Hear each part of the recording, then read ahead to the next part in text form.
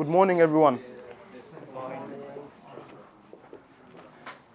So we're going to start the event now. Thank you all for attending and showing your commitment. So my name is Tahmid. I'm a business consultant at Hassle-Free Education. I believe you spoke to our host, Sadia. So shortly we're going to invite her.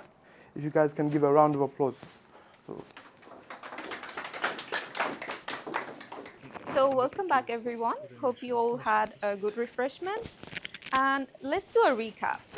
So what are the 3 S's I told you about? Do you remember? Let's hide this. What was the first thing? Stories. Second one? Perfect. So all of you remember it. So now, let me just introduce our mentor who's going to come and talk first. It's going to be the CEO of Hassle-Free Education, Mr. Hassan Habib.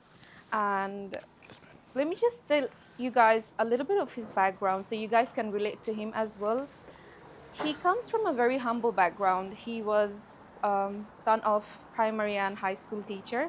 So you know the financial status already from where he came.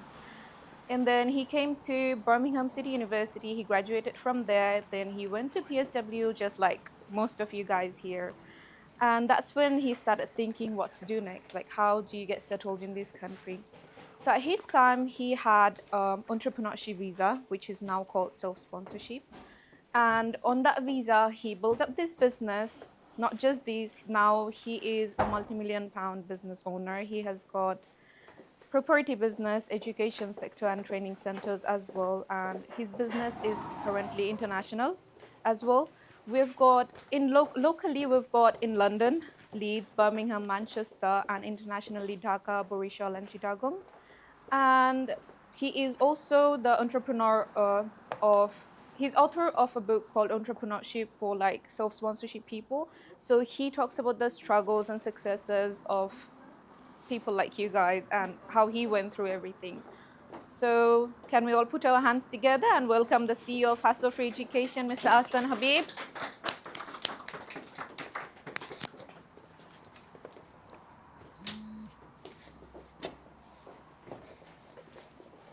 Good morning, everyone. Good morning.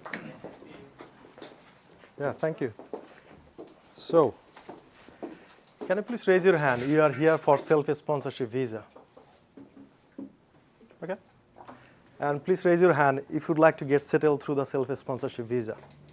Okay, excellent. So, you are the right audience. And today, exactly, we're going to share with you how to get settled in the UK through self-sponsorship visa. Is that fair enough? Okay, excellent.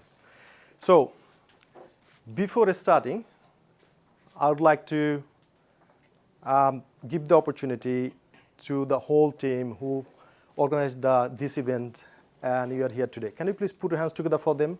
Thank you.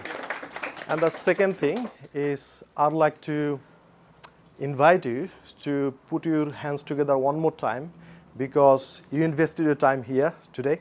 So give a self round of applause for yourself as well. Okay, excellent. So probably Sadia shared a little bit about myself, and today I'd like to share a lot of things. And before starting, I'd like to set up the scene. So you came here because you'd like to know everything about the self-sponsorship. Is that right? Yes. Okay. So in the first session, it's going to be me.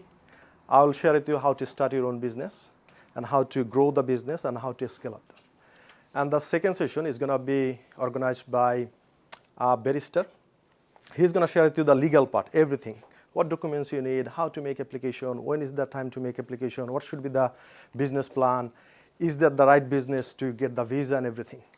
And the third part would be one of our chartered accountant, and he's going to share with you how to reduce the tax. How many of you are here would like to start your business and you'd like to make more profit? Please raise your hand, I'd like to see. Yeah, absolutely. So he's going to do everything. So my name is Hassan Habib. I'm the CEO of Hassle-Free Education. And I was exactly in your position in 2012.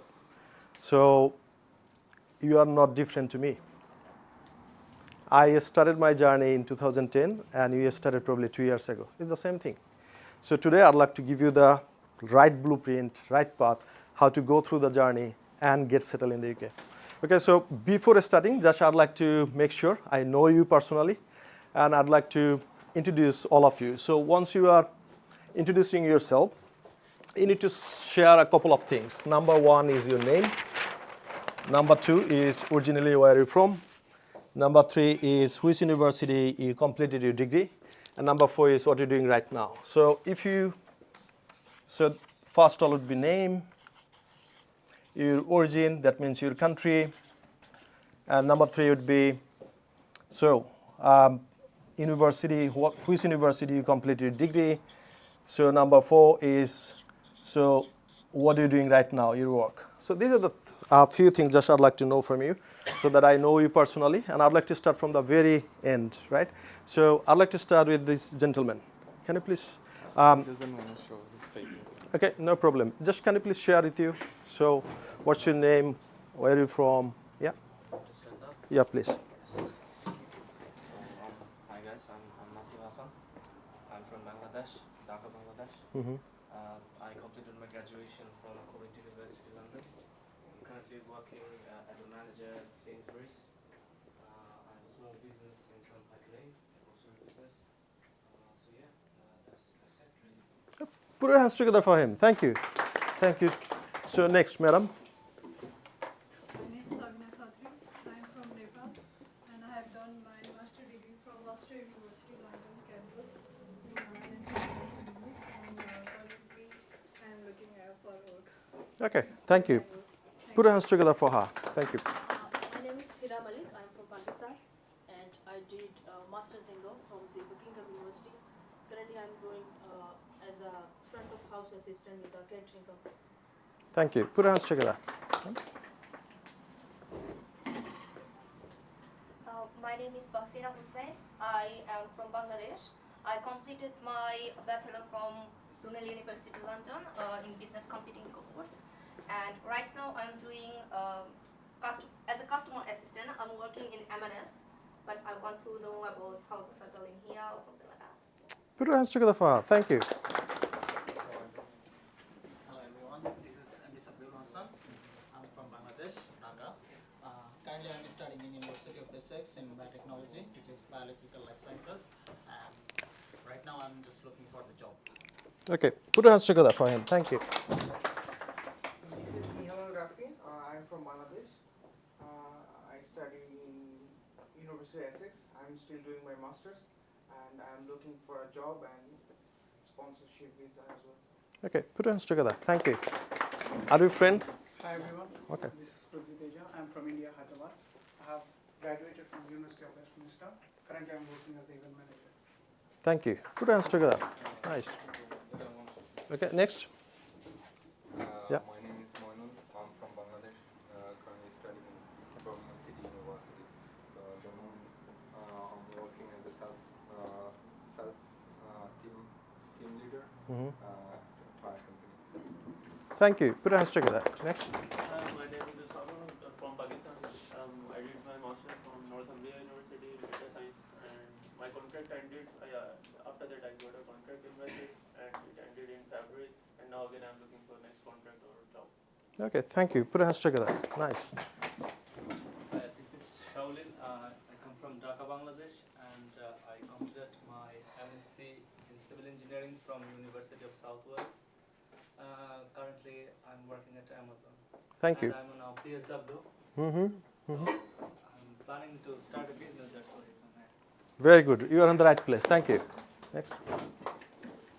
Hi, this is Mohammad Hassanujaman. I am currently doing my master's in MSc International Business Management at Northern South Bank University. I came from Rajshahi, Bangladesh, and I am currently doing retail security officer in Mighty Security Limited in partnership with Sainsbury. Thank you. Put your hands together. Very good. Well done.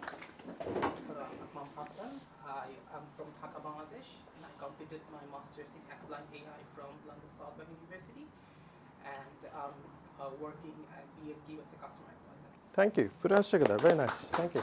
Hi, my name is Mizanur Rahman. I'm from Bangladesh, Chittagong. I completed my master's from University of Hertfordshire, and currently I'm working as admission manager at Jane Global UK. Excellent. Thank you. Hello everyone, my name is Saurabh. I'm from Delhi, India. I've done sports marketing masters from Loughborough University, London. I am currently working as a hospitality person in a staffing agency. Mhm. That's my current paid role, but I also volunteer at Mind Charity, Mhm. and I also volunteer at Lacrosse, Scotland in the marketing department there. So I'm trying to gain some experience over there. Yeah, less than 6 months now for me on my PSW, so yeah, trying my last bit to. Okay, excellent. Thanks for coming here. Thank you. Thank you. My name is Maria Simon. I study Leeds Trinity in Northampton, and I am warehouse operative, and I do also administration. Okay, thank you. Proceed. Thank you. Nice to meet you. My name is Emeka Kednodi. I'm from Nigeria. I did an MSc Project Management, University of Western Scotland, and I work as a healthcare assistant in Royal Hospital for Disability, and I would like to set up my business. I'm on PSW. Excellent. Thank you. Put hands together. Very nice. Myself, Azidur Rahman Jami. I'm from Pakistan.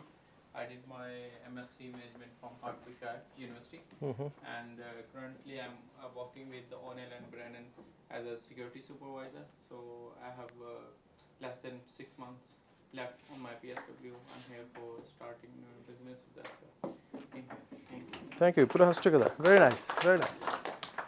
So I think we gave you the opportunity to network with one another because you don't know, probably your next investor or your partner or business partner is here. You don't know, right? So during the break or after the break, so make sure you introduce yourself, you have a chat with each other, and so that you share your ideas and everything. And also, whatever you're going to learn today, share with each other.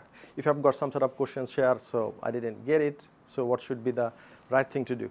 However, so I think already Sadia, she shared. So 3 As, can you remember? Yeah. 3 As. So it's going to be a lot of a story. And out of the story, you need to find out what strategy is there. And the next question would be, how can I utilize this strategy to solve my problem? Is it clear? Yes. Okay, excellent.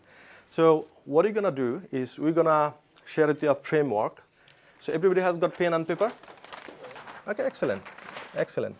So the framework I'm going to share with you is how to move from PSW to settlement. So it's called MOVE. Right? It's called MOVE.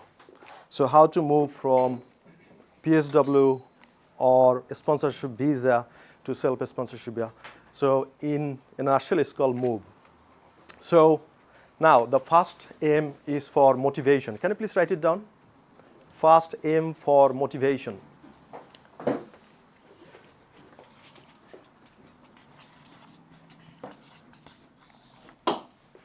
Motivation. So first of all, you need to ask yourself, what's my motivation? Whatever I would like to do, why I'm going to do it. If you don't know your why, if your why is not strong enough, at some point, you're going to lose your momentum and just you're going to give up.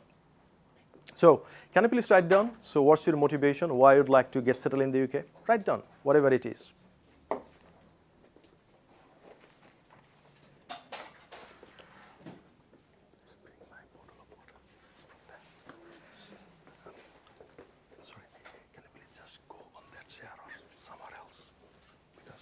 Technical team. Just so what's your motivation?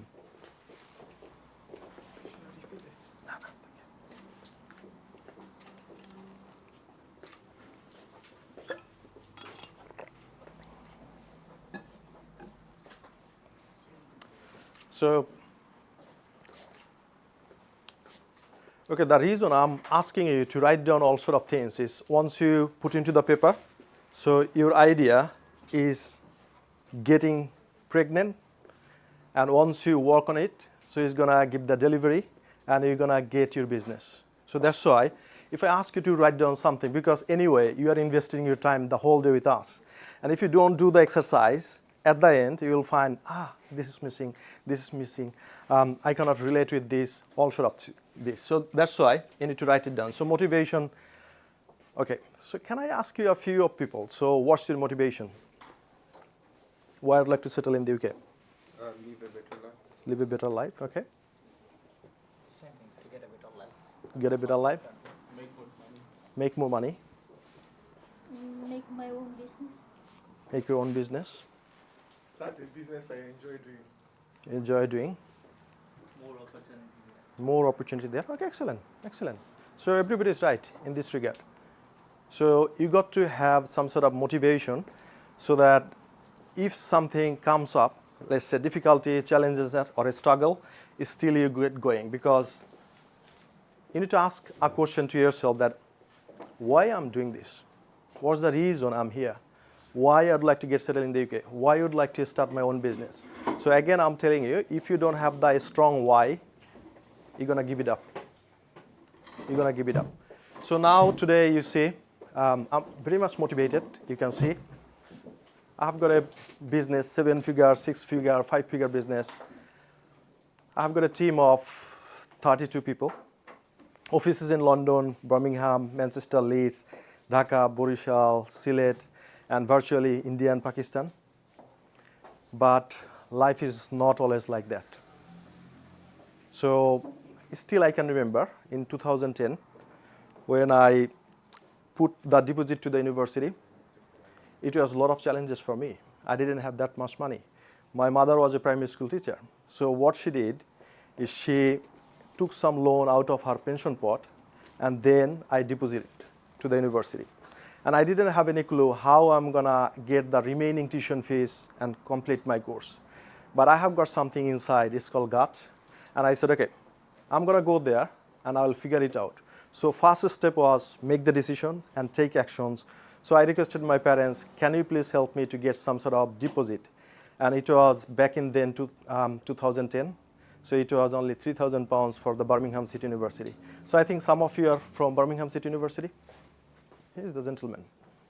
So once I started coming here, came to Heathrow, and I didn't have any clue regarding this country.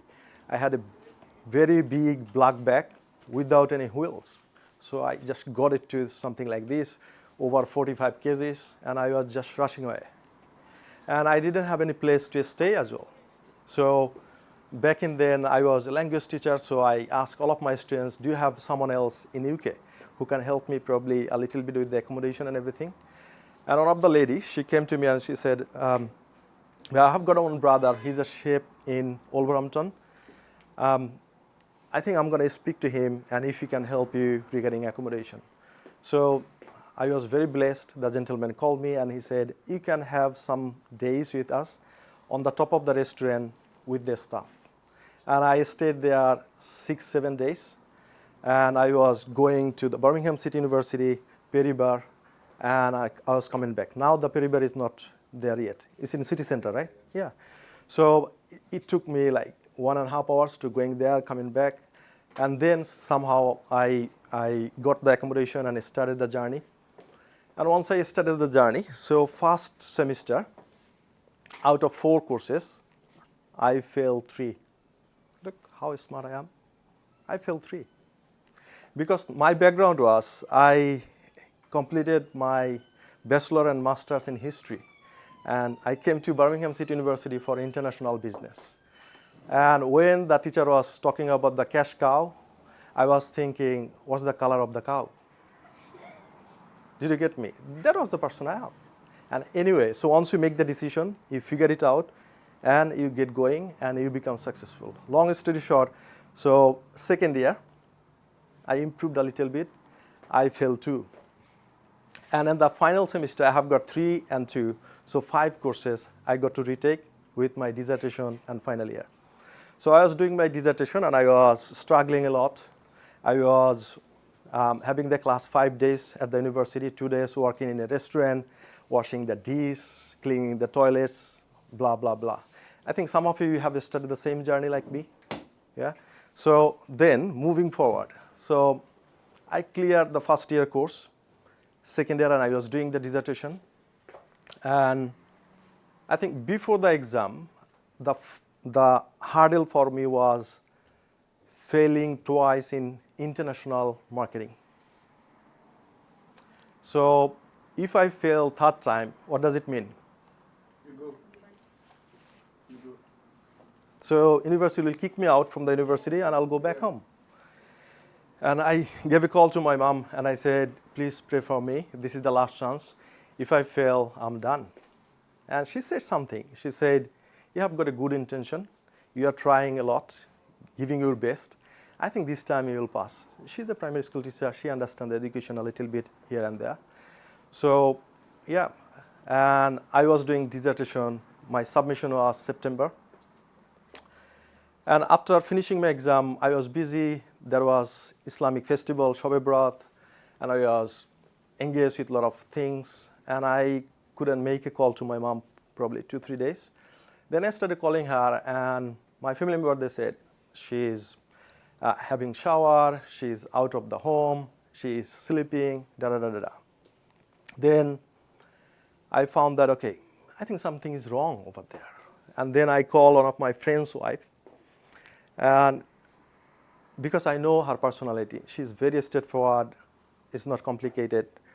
And once I called her, she started crying. And she said, Bhaiya, you couldn't come the burial to your mom. And I said, what? And then I couldn't say anything. And I started crying. I shut the door and cried for like 2-3 days. I didn't do anything. All of a sudden, I think next day, one of my housemates. So we used to live like 6-7 people in a house. And he came to me, he said, what's wrong with you? And I said, my mom is no more.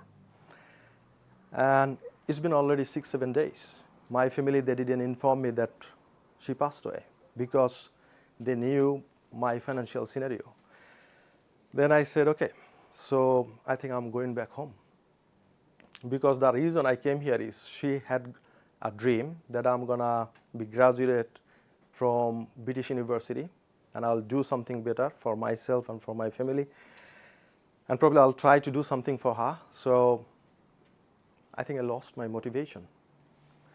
And then I checked my bank account and I found only £53 in the bank. I sent an email to my supervisor, Dave, and I said, I'm so sorry, I need to inform you that I'm going back home. I'm not continuing the course. I lost my mom. She was the great motivation for me. That's it. And all of a sudden, I couldn't finish the email I'm sending. Within 5 minutes, he replied. He said, hey, I understand. I'm so sorry that you lost your mom and motivation. Can I just speak to you for 2 minutes? Can you please come to my chamber and have a chat with me before finishing everything? And I went there, and he was very strict, very young professor. And he said, Habib, take your seat. And I sat there and he said, okay, I understood you are going home. So tell me, why did you come to this country? I said, look, I'm the eldest son of my family. I wanted to do something for myself, for my family, for my parents as well. And my mom, she has got a dream that I'm going to have a British degree. I said, okay, understand. So that means you are breaking the promise of your mom. So you don't like to fulfill her dream. And I just sat there for like 15-20 seconds. And just, I said, okay, I'll continue. Just I said, I'll continue. And long story short, I passed the dissertation, I completed my degree, and then moved into post-study work visa like you. That time, 2010, 11, job market was so difficult. Probably I sent over 100 CVs. No one called me.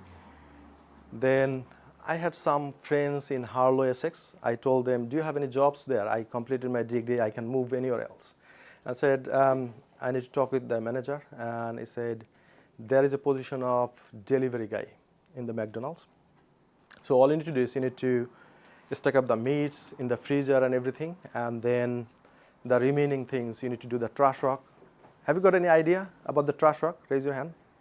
Trash work means you're going to go outside, you're going to change the bin, and you're going to pick up the trash. So that was my job. And I started doing this. I got another job empty coffee shop. It was in London Bridge, Guy's Hospital. And then I said, okay, it's a long distance. So I was trying to get another job. So that job was in Stansted Airport, McDonald's.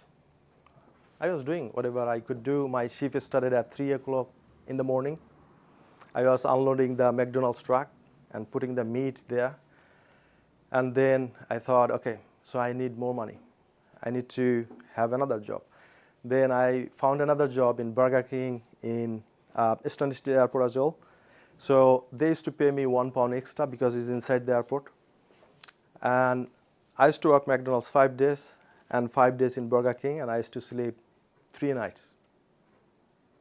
And sometimes I didn't have any time to come to home and sleep. So that's why I used to sleep a few hours at the Stansted Airport. So I had to bribe the security guard because once you're sleeping, they're going to wake you up. Hey, you're going to miss the flight. And then once he comes, I said, if you'd like to have any coffee from the Burger King, come to me. I'll give you free. So the condition is, can you please just wake me up before 11 o'clock because my shift started at 11. And that's how I started.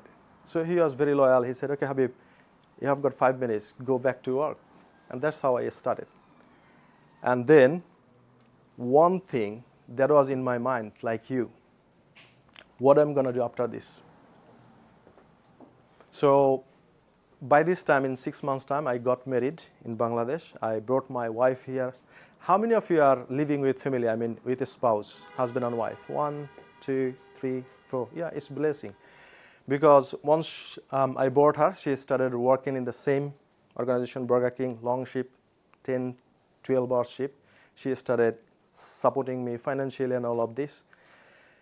But once I finished almost 1 year, I started roaming around like you are doing right now, is what would be my next step? What I'm going to do after this?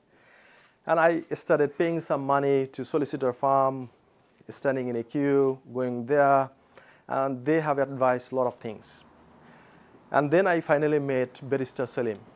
How many of you do know Barrister Salim? Please raise your hand. I'd like to see. Barrister Salim, Wilden solicitor? No one. Okay, fair enough. So I met him and he said, Habib, thank you for coming today. You have got 3 options. How many options? 3. So number 1 is further study. What was the option? Further study.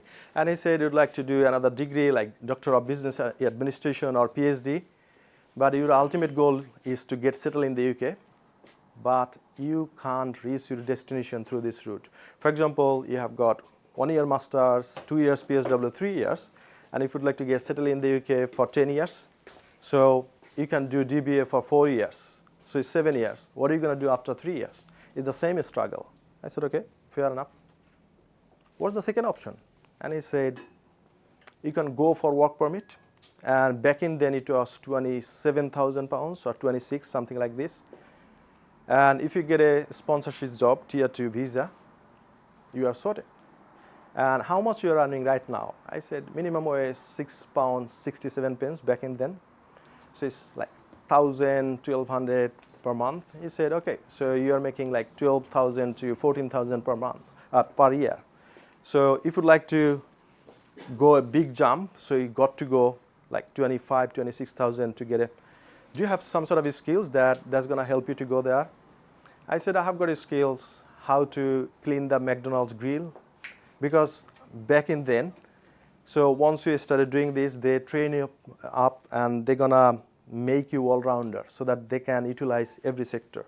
For example, kitchen, dining area, taking the order as a cashier and everything. So I was trained up and I was doing everything because in Burger King I used to work in a till, And then I said, it's almost impossible. He said, there are a lot of people, what they do is they pay a lot of money under the table.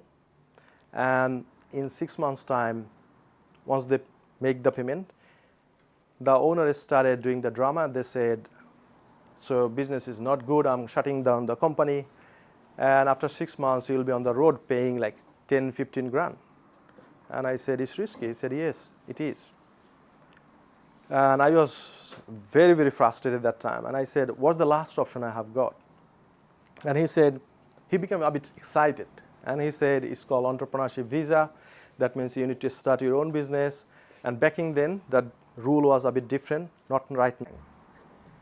And I didn't tell him. I just took out my phone, went to the online banking, and I said, I have got 14 grand. I said, how are we going to manage the rest of the money?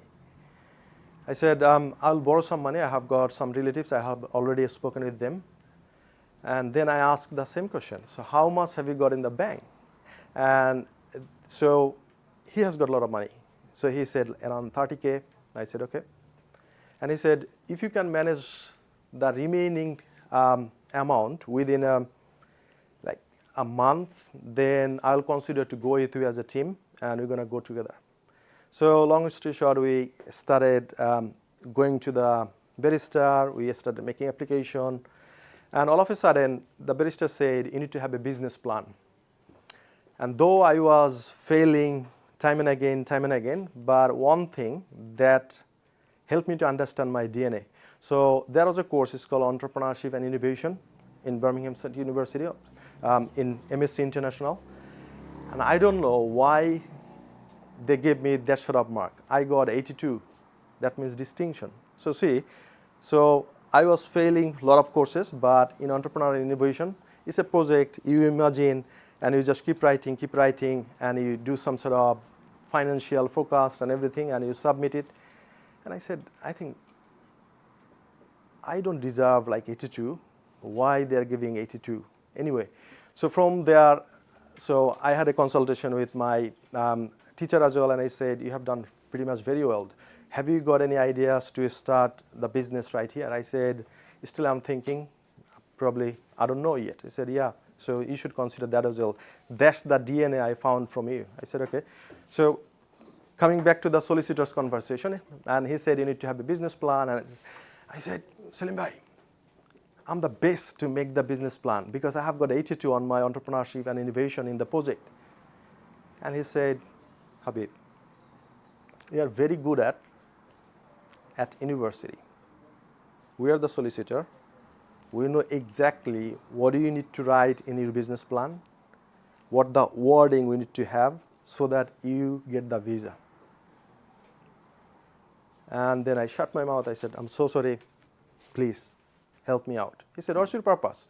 Getting the visa or just boosting yourself? You are the best. I said, no, getting the visa. That's my primary purpose. So here is the one thing is, can you remember 3S? 3S? Yes. So what's the strategy? Out of this story you are thinking about. What's the strategy you're going to use to solve your problem? Please write down. I'm going to give you 30 seconds. Out of this story, what's the strategy you found out from this story?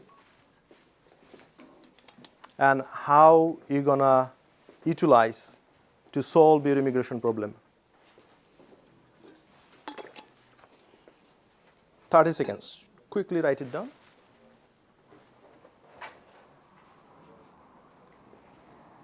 Okay, excellent. 10 seconds more. So out of this story, what's the strategy you got? And how you're going to utilize this to solve your immigration problem? Okay, going back to, so then we made the application. And we got refused. We got refused. So barrister, he was very intelligent. What he did is, technically, he sent our files separately. He sent my file in one courier and my partner file in another courier. So my partner, he got refused within 2 weeks' time. And he got appeal, and date is long ahead. And I became nervous. I said, what's going to happen to me? And I was scolding Barrister Salim, why did you make like application in separate ways? Now he got refused. I don't know what's going to happen, in my head. But once we are making the application, he said something very clearly to me. He said, Habib,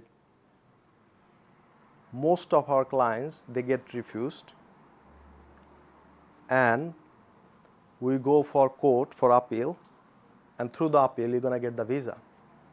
Before making the application, he said to me, I heard it but emotionally I didn't agree with him. Who would like to get refused? Nobody. So then, all of a sudden, he gave me a call. He said, we received an email from home office. The home office would like to interview. I said, excellent. Thank God. So then I met him again. I said, can I please meet you? And he said, yeah, of course. And I said, how you can help me? And he said, this is the frequently asked question, like 45, 50. And I started practicing asking the question time and again, time and again. If someone is near me, around me, my friend, and I said, can you please take this and keep asking the question? And my friends, they started avoiding me. He said, if I go to you, you just give this sheet and I said, keep asking the question. And I was getting ready, and still I can remember, there was somewhere in Hammersmith. I went there in a small room. It was a Zoom call or something else, and the lady came. Her name was Amanda from home office. She started asking a lot of questions.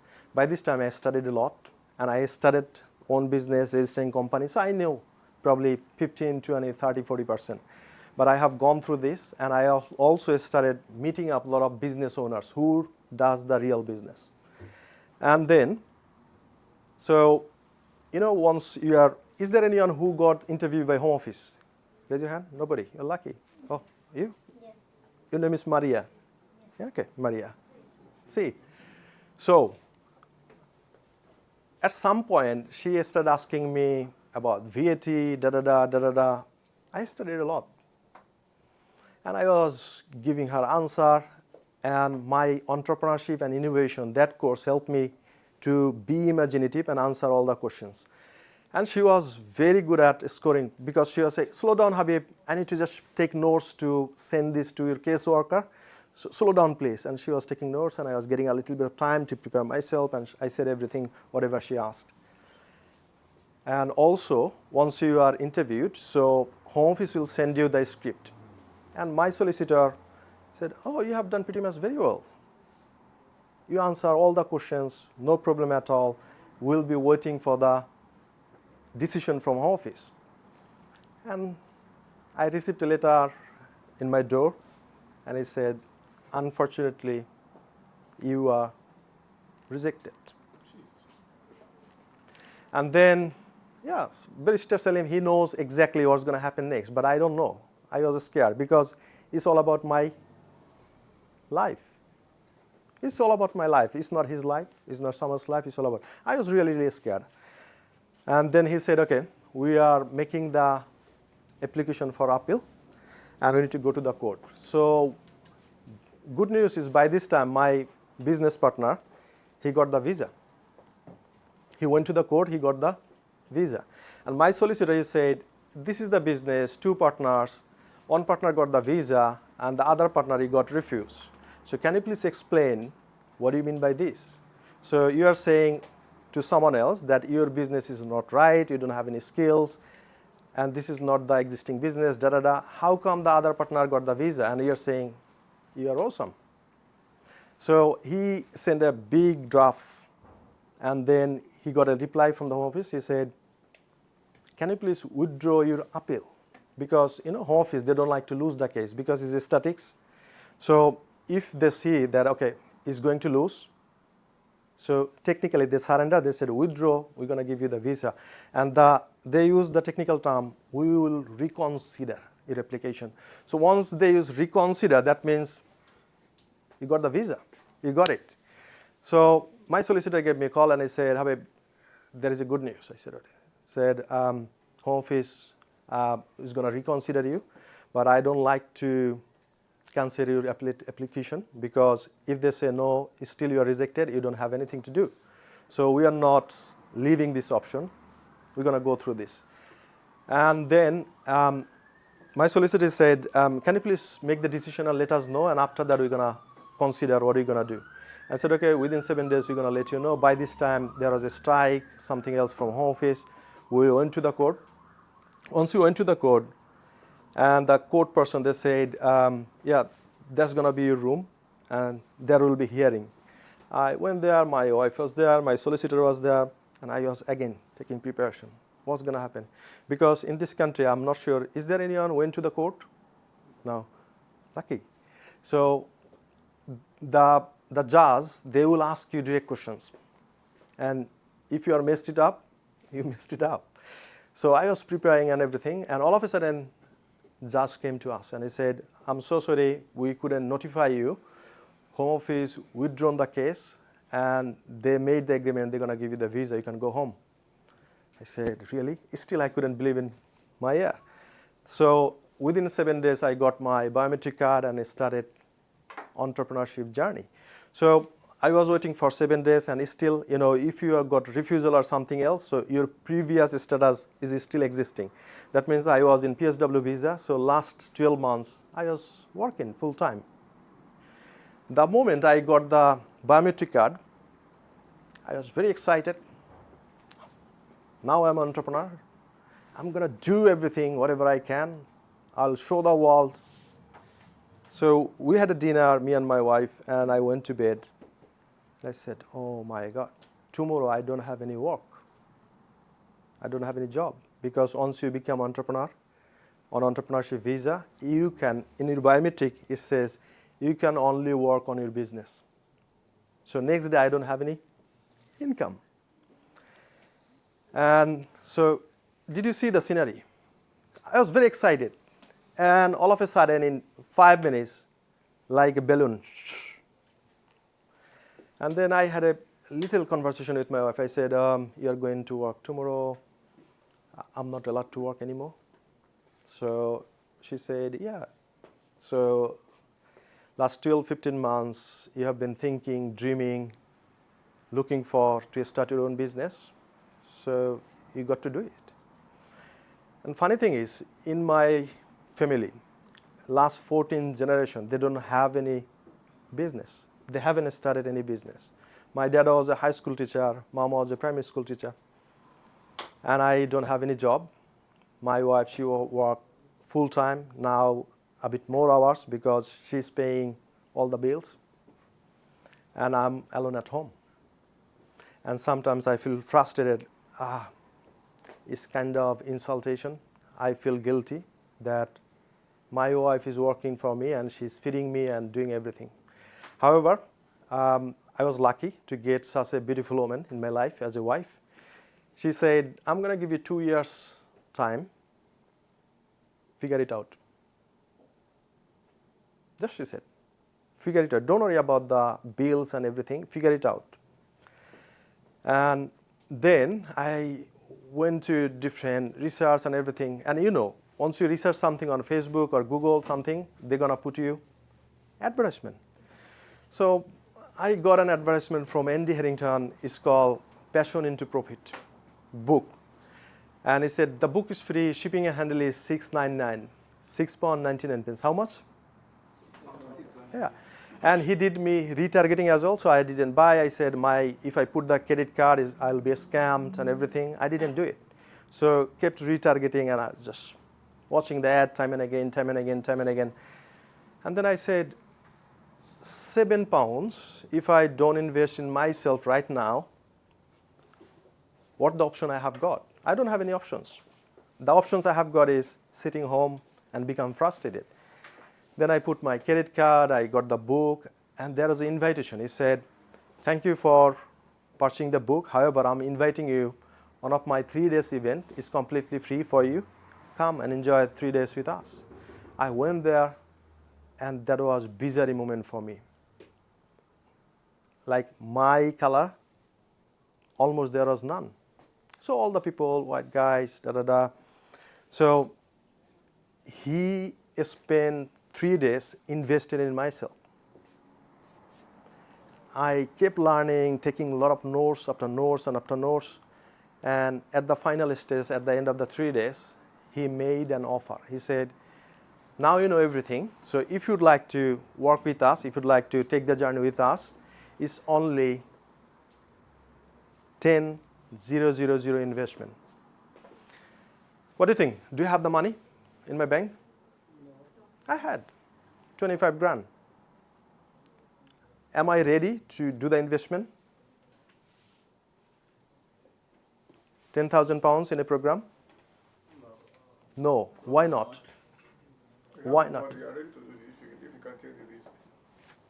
I was not ready. I was not ready. So I came back from the workshop. I shared with my wife. I said, look, the event was amazing. I learned so many things, but they made an offer. And my wife, she said, you are not a kid. You got to make your own decision. The money is yours. I'm not asking you, what are you going to do with this money? So I gave you 2 years' time, figure it out. She was very straight, very bold. And I said, okay. Then I'm stressed. I'm getting pressure. What's the next thing I'm going to do? Then I kept thinking. Then I invested somewhere else. Of course, it was £1,000. I learned so many things, but I didn't make a single penny. Okay. Then again, I was looking for something, and by this time, it's going like 6-7 months, and I'm spending money from 25 grand. Like, so if you don't have the income over there, and if you're spending money, putting the gas to your car, or paying the what is called rent and everything, because once you become entrepreneur, an entrepreneurship visa, you have to have an office. So I was paying everything, and I said, no, I can't do this anymore. I got to do something, and I was looking for something, and I was following a person for so long, and his name is Monoas. He's from Birmingham, and he was a business mentor. But the client he was serving was over 7 figures. What do you mean by 7 figure? Million. Who has got £1 million turnover? He used to serve those clients. And still I was following. He was sharing a little bit of value here and there, nuggets, and I was learning. I was get motivated, and all of a sudden I found a post from him. He said, I'm doing a case study. I'm taking some brand new entrepreneurs who would like to start their own business, and if you're the right fit, you can join me. What do you think? What I did? I just jump in. I fill out the form, and I was waiting. By this time, probably next day, I got a call from a lady, and whatever she was talking on the phone in Birmingham accent, I didn't understand probably 50%. I would say, yes, okay, sorry, can you please repeat? And then she asked me one question. She said, why do you think Monoas will take you on the board? Because this is not for everybody else. We have got so many applications. We're going to work with a handful of people. I said, look, I completed my degree from Birmingham City University in business. I'm entrepreneur. I'm on entrepreneur visa. If I cannot make the business work, I got to go home. And also recently, I have attended a program from Tony Robbins, 5 days program. I'm really pumped. I'm really excited. I need someone else who's going to give me the guidance and support. I need it. Can you please get me in? She said, okay, I heard you. I'm passing this message to Monoas, and he's going to decide. And then, probably after 60 to 90 minutes, I got a call from her. He said, I send you an email with the link. It's £350, and the program is going to be held in Mayfair in central London, and it started at 9 o'clock. So as soon as I got the link, I just made the payment. I was excited. I was going through the information. Where is the Mayfair? And the day came. I started my journey. So what do you think? What time I started my journey? I used to live in Harlow. I got to go to Mayfair. And the mastermind program, there's going to be a start at 9 o'clock. What time I started my journey? 7? 6? 5? Okay. So that was not that much early, because I know it's going to take like 60 minutes. But I had time at least 2.5 hours, so that I'm not making any excuses like train is delayed, I can't find the location and everything. I went there, and something happened. Can you please just share the picture? So I went to the Mayfair. Yeah, so can you please go back? Yeah, so he was my first mentor, Monoas. Go to the next picture, please. So can you please find me out where I am right now in the picture?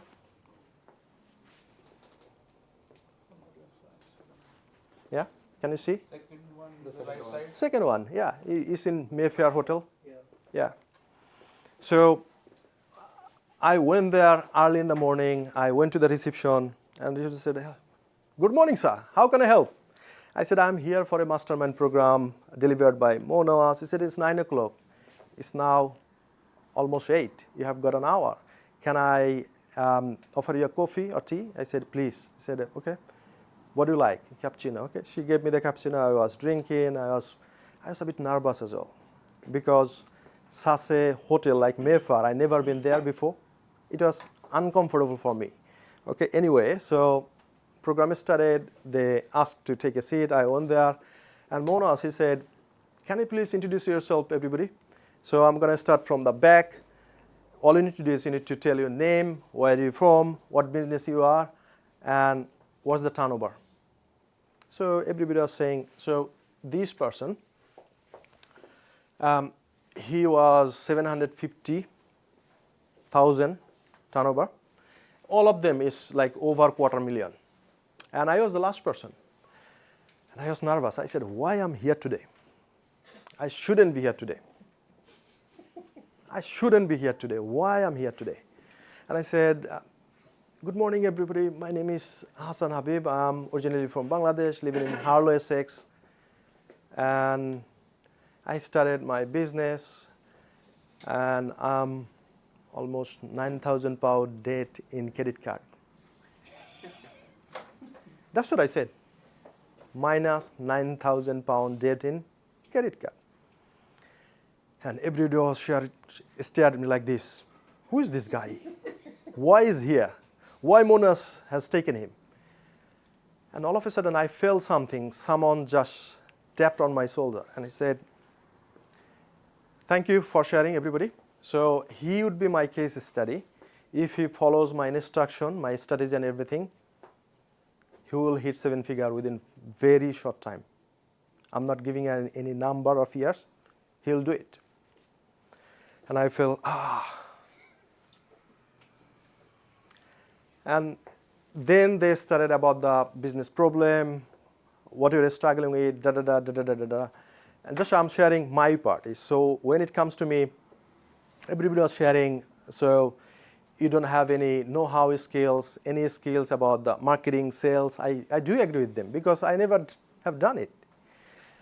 And then Monas, he gave me the particular feedback. He said, because, he said one thing very important. He said, you need to learn English. And in London, there are a lot of night schools. You got to go there. And I said, what? I completed my master's from Birmingham City University. When I came here, I had 6 in IELTS, and you are asking me to go to night school. And he also said, I would like to know, before coming the next mastermind, again 350, you got to let me know that what courses have you taken and how much have you improved. And he thought I would be living in London somewhere else, but I live in Harlow. And I started looking into Google and everything, and I found there is a school that is ESOL. What they teach? ESOL. So what's the lesson of ESOL? A, B, C, gara. And I went there, I paid some money, and teacher came. She was ex-school teacher. Now, that time, back in then, she was retired. And I started talking with everybody else, and I said, why are you here? You can speak, you understand. ESOL is very primary. And I said, my mentor, he asked me to take some English lesson because my English is not good, especially the sales call. Because once I call someone else, if they use different phrase and everything, I'm lost. I don't understand them. They don't understand me. They hang on the phone on my face. I said, oh, now I understand. So you need business English. I said, what do you mean business English? He said, we don't offer business English because we don't have enough students. However, I can make some time for you and I can give you some time. Still do the class with them and I'll help you out. And she started going through my sales script and everything, and she helped me to improve my English, especially sales skill, business English. And then I went, next one, I said, Mr. Mentor, according to your advice, I have done this, I have done this, I have done this. But the first one, I promised him I'm going to make 5 sales. How many sales? 5. And everything was there, strategy was there. He guided me how to do it. And I went there, and everybody was saying, sharing their outcome, achievement. And he said, how many sales have you made? What do you think? How many I made? Yeah, so you have got confidence on me. That was 0. Right, so, and then he said, what's happened? Why didn't you make any sales? And I said, Mr. Mo, you know, I was doing sales call, people are hanging the phone on me, some people are shouting at me, da-da-da, da-da-da, da-da-da. I said, and he kept listening, he didn't say anything. He said, everybody, take your pen and paper, and can you please write it down? And I was write it down as well, and I would recommend you to write it down as well. So please write it down. You cannot make both. Either you make excuse or you make money. Either, is it 17 temperature? Can I please ask someone else and shut the door? So you cannot make both. Either you make excuses or you make money. You cannot make both. Either you make excuses or you make money. Right? So, and also, he concluded saying, Habib, once you come into the next mastermind, if you don't make any sales, I'll kick you out from this group. And I said, I know you're going to kick me out, and I don't deserve this place. And before finishing, he called me. He said, Habib, come here. I said, please. He said, follow exactly what I said. Go through the script. Increase your number of the calls. How many calls you are making? I said, 5, 7, 10. He said, no, make 100. And also, the people you know, do they know what you do? I said, no. He said, make them know. Because someone is looking for your service, they don't know what you do, how they're going to get your service? I said, okay. Then my office was at Whitechapel back in then, on the top of Ponchokhana. I used to share a room, and there was 1 chair, 1 table, £150 per month. And I was struggling to pay the rent. And I just went there, I shut down the door. It's not 100, I made 150 calls every single day. And fortunately, I made some sales. I went there, not 5, some sales. I think it was 3. Then the next mastermind I went there, I said, everybody says, I said, I made 3, I'm so sorry, please don't kick me out. He said, okay, I'm going to give you the chance. Then he said something, he said, Habib, now you know how to make sales. Now you need to have quality of potential customers so that you approach to them and they're going to get the service from you. Did you get me? I repeat. He said, now you know how to make sales. Now you need to find out the right potential customers so that you can make some sales. And I said, how am I going to do it? Because he's my mentor. Wherever I am stuck, he's supporting me, he's guiding me. Now it's time to learn advertisement. What is that? Advertisement. And he also said, I don't teach advertisement. Find out the best person in the world and learn from them. That's what he said. I don't know who is this guy. Learn from someone else who is the best in advertisement. Then I started looking for da-da-da, da-da-da. And I found someone else. His name is Dan Henry. And he was a pizza guy, delivery guy. And in first year, he made 7 figures. And his course was Facebook ad for entrepreneurs. And it was very, very, very, very detailed, like for non-techie guy. So I went through the course. It says, click here, create this page, go there, make a small image, headline would be there, click, click, click, click, click. And it was like 15, 17 lessons. What do you think? How many times I went through the course? Any idea? 10 times. 10 times? Over 50. And I paid $999 for that course in dollar, 999 pounds. I went through this, I learned some sort of things, and I started applying it. So once I started applying it, I have seen that some of the people, they are doing the registration back in 2013. That time, Facebook advertisement was not a thing, very early age. So I started looking the advertisement and everything. And then what I found is some people are doing the registration, they are making calls and everything. But that time, still I was very, very nervous because the new thing, I don't know what's going to happen, how I'm going to make the marketing and all sort of work. What I realized is now I'm not talking with the unwanted people. I'm talking with the people who needs my service and who requested a call from me. And then I started calling them. They take it positively. They said, oh, thank you for calling me. Can you please explain a little bit more, da da da da da da. So I'm going back a little bit behind how I have started my new business about the product and service. How many of you have got ideas that what business you're going to start? Please raise your hand. Do you have any ideas which business you're going to start? Anybody else? Only 1, 2, 3, 4. Okay, excellent. So I didn't have any ideas what business I'm going to start.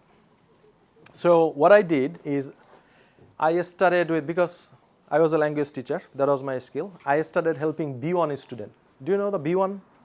So especially the people who would like to go for settlement, if they don't have the British degree, they need to go through an exam. It's called B1.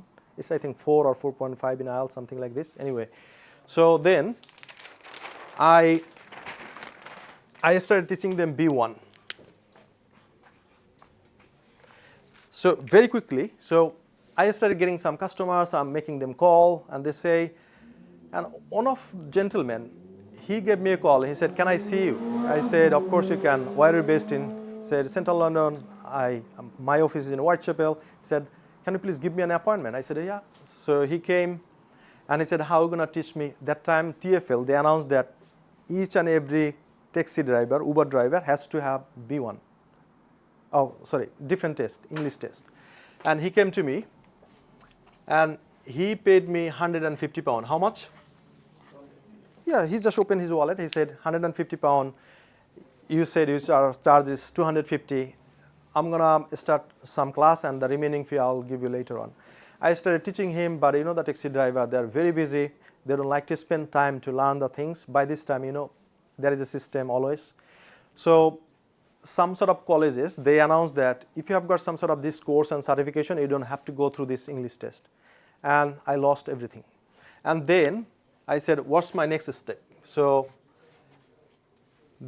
you know, once you are struggling with your life, you ask help from everybody else. Is it right or wrong? Yeah.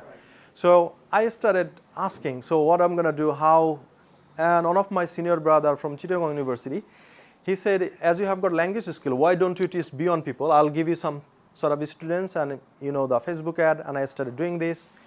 And out of this B1, one of the lady, her husband was in military. She came from Bangladesh. She was expecting baby. She passed B1 test. I gave her like 6 or 7 lessons, and she got good grade. And one day she gave a call, and she said, Bhaiya, thank you for helping me out. Now I'm settled in the UK. I have got my B1 pass. Can you please help me to go to the university? And I said, I'm not sure. I need to ask someone else. And then she said, okay, when I'm going to give you a call? I said, no, as long as I'm getting the information, I'm going to give you a call. And then I went back to that senior brother. I said, why, someone is asking for help regarding the university admission. Is there any way can I help her? And he said, you hit the jackpot. What he said? You hit the jackpot. So he said, I'm going to send you someone else, and who's going to help me? So I went to London Bridge, LSC, and there is a gentleman, he offered me tea coffee, and he said, thank you for referring as a student, but before starting the process, you need to contact the agreement. And he gave me the agreement like 3 pages of paper. I didn't go through. I went through the last bit. It was a structure, something like this. If you give this sort of students, you're going to get this person, this person, this person. Is starting with 20%. And the tuition fee back in then was 9,250. How much is the 20% of 9,250? Can you please do the calculation and let me know the answer? Sorry? 1,800. So 1,800.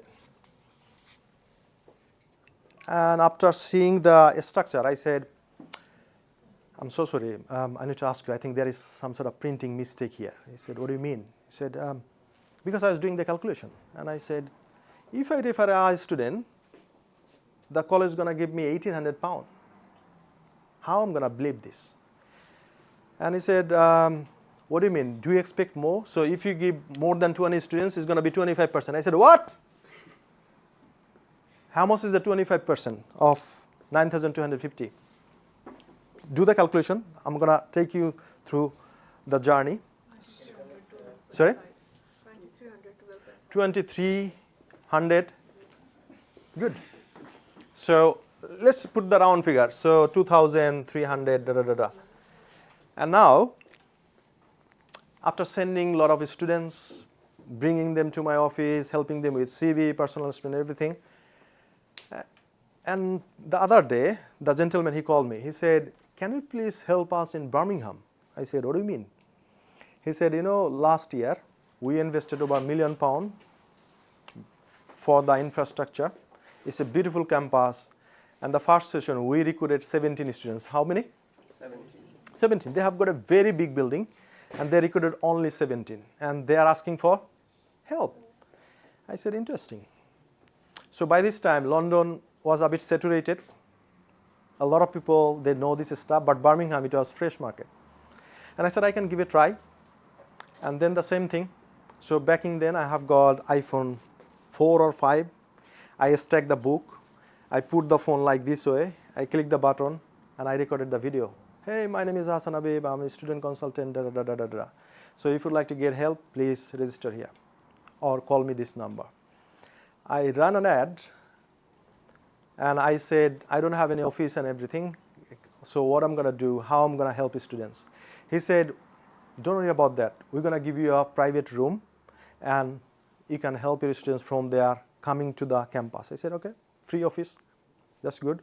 So I ran the campaign for 2 days, and I found over 40 people registered. And I was thinking to go to Birmingham next week, but only the 40 people registered. I started calling them, and they're very much excited. They would like to see me. They'd like to get help. And I said, no, I shouldn't wait. So what I do as an entrepreneur? Take action. So I went through my phone and laptop. I booked an Airbnb. What I booked? Airbnb. It's the cheapest one I can find. I went there. Then in the morning, early in the morning, I had some sort of breakfast from McDonald's. I went to LSE and I said, hi, my name is Habib. This gentleman sent me here. I'd like to help some sort of students. He said, yeah. They already confirmed me. This is the key, and this is your room. You can help. So once the students come here, our reception will take the students to you, and you're going to serve them. I said, oh, excellent, VIP service. First day, I booked, I think 13 or 15, something like this. Everybody came, nobody missed. How I'm going to serve 13, 15 students, helping them 13, 15 CV and personal statement. And again, I asked myself, so what I can do instead of one-to-one. So what I did is one-to-many. For example, you need the same information. So if I talk to him one-to-one, it's going to take 3 hours to explain everything. But now I'm explaining to everybody else at the same time. So next day I said, can you please help me to give a classroom? I said, what are you going to do with the classroom? They are not registered yet, you are not teacher. I said, no, don't get me wrong. Just I'll help them with their application and everything. And can I get the printing service as well? He said, of course. Next day I invited 20 people. I said, come to the campus, come exactly this time with pen and paper, and I'll help you out. Anyway, I took some papers from their office staff, and I started using the Blackboard. I said, so now I'm going to help you how to make your CV, step 1 this, step 2, 3, step 4, step 5. For the personal, this, write it down and give it to me. And this is the application form, please fill it out, give it to me. Funny thing is, before lunch, I serve all of them. And the second batch is waiting in the waiting room. And all of a sudden, I got a call. He said, you are doing fantastic job. I think we can fill out the campus right now. I think we are very scared because it was more than £1 million investment. I thought we were going to lose the money. You save our life. I said, no, worry. I'll try my best to help you out. And that time, once I went there, it was like 2.5 weeks. And my final number within 2.5 weeks was 86 students. How many? 86. How much is the 25% of 9,250? Can you please multiply by 86? Just do the calculation. 86 into 2,300, 125, whatever it is. 100,000. How much? 1,98,000. Put the fund figure. How much? 200K. The story I'm sharing with you, can you remember 3S? Can you remember 3S? The product, the service, the business idea, it doesn't come all together. It comes as a dot.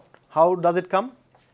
Can you remember? So my first service was TFL, then B1, then student consultancy, student recruitment. So if you say, this is the idea, it has to be this, otherwise I'm not going to do the business. You got to be flexible. And the best thing is, you got to take the feedback from market. From where? Market. If the market is paying you money, you're going to keep continuing it. If they don't pay, what are you going to do? You're going to stop and change the strategy, change the product, change the service. Did you get me? So then again I got a call. They said, can you please help me in Manchester? What do you think? What I said? Yes. Airbnb. Here I'm going to share with you a pathetic story. So then what I did is, I cloned myself, I recruited 2 people, I trained them up, I just moved. So in London, there are a few people, they supported me, they are doing everything. I went to Birmingham, cloned myself, my team is working for me, and now I'm moving to Manchester.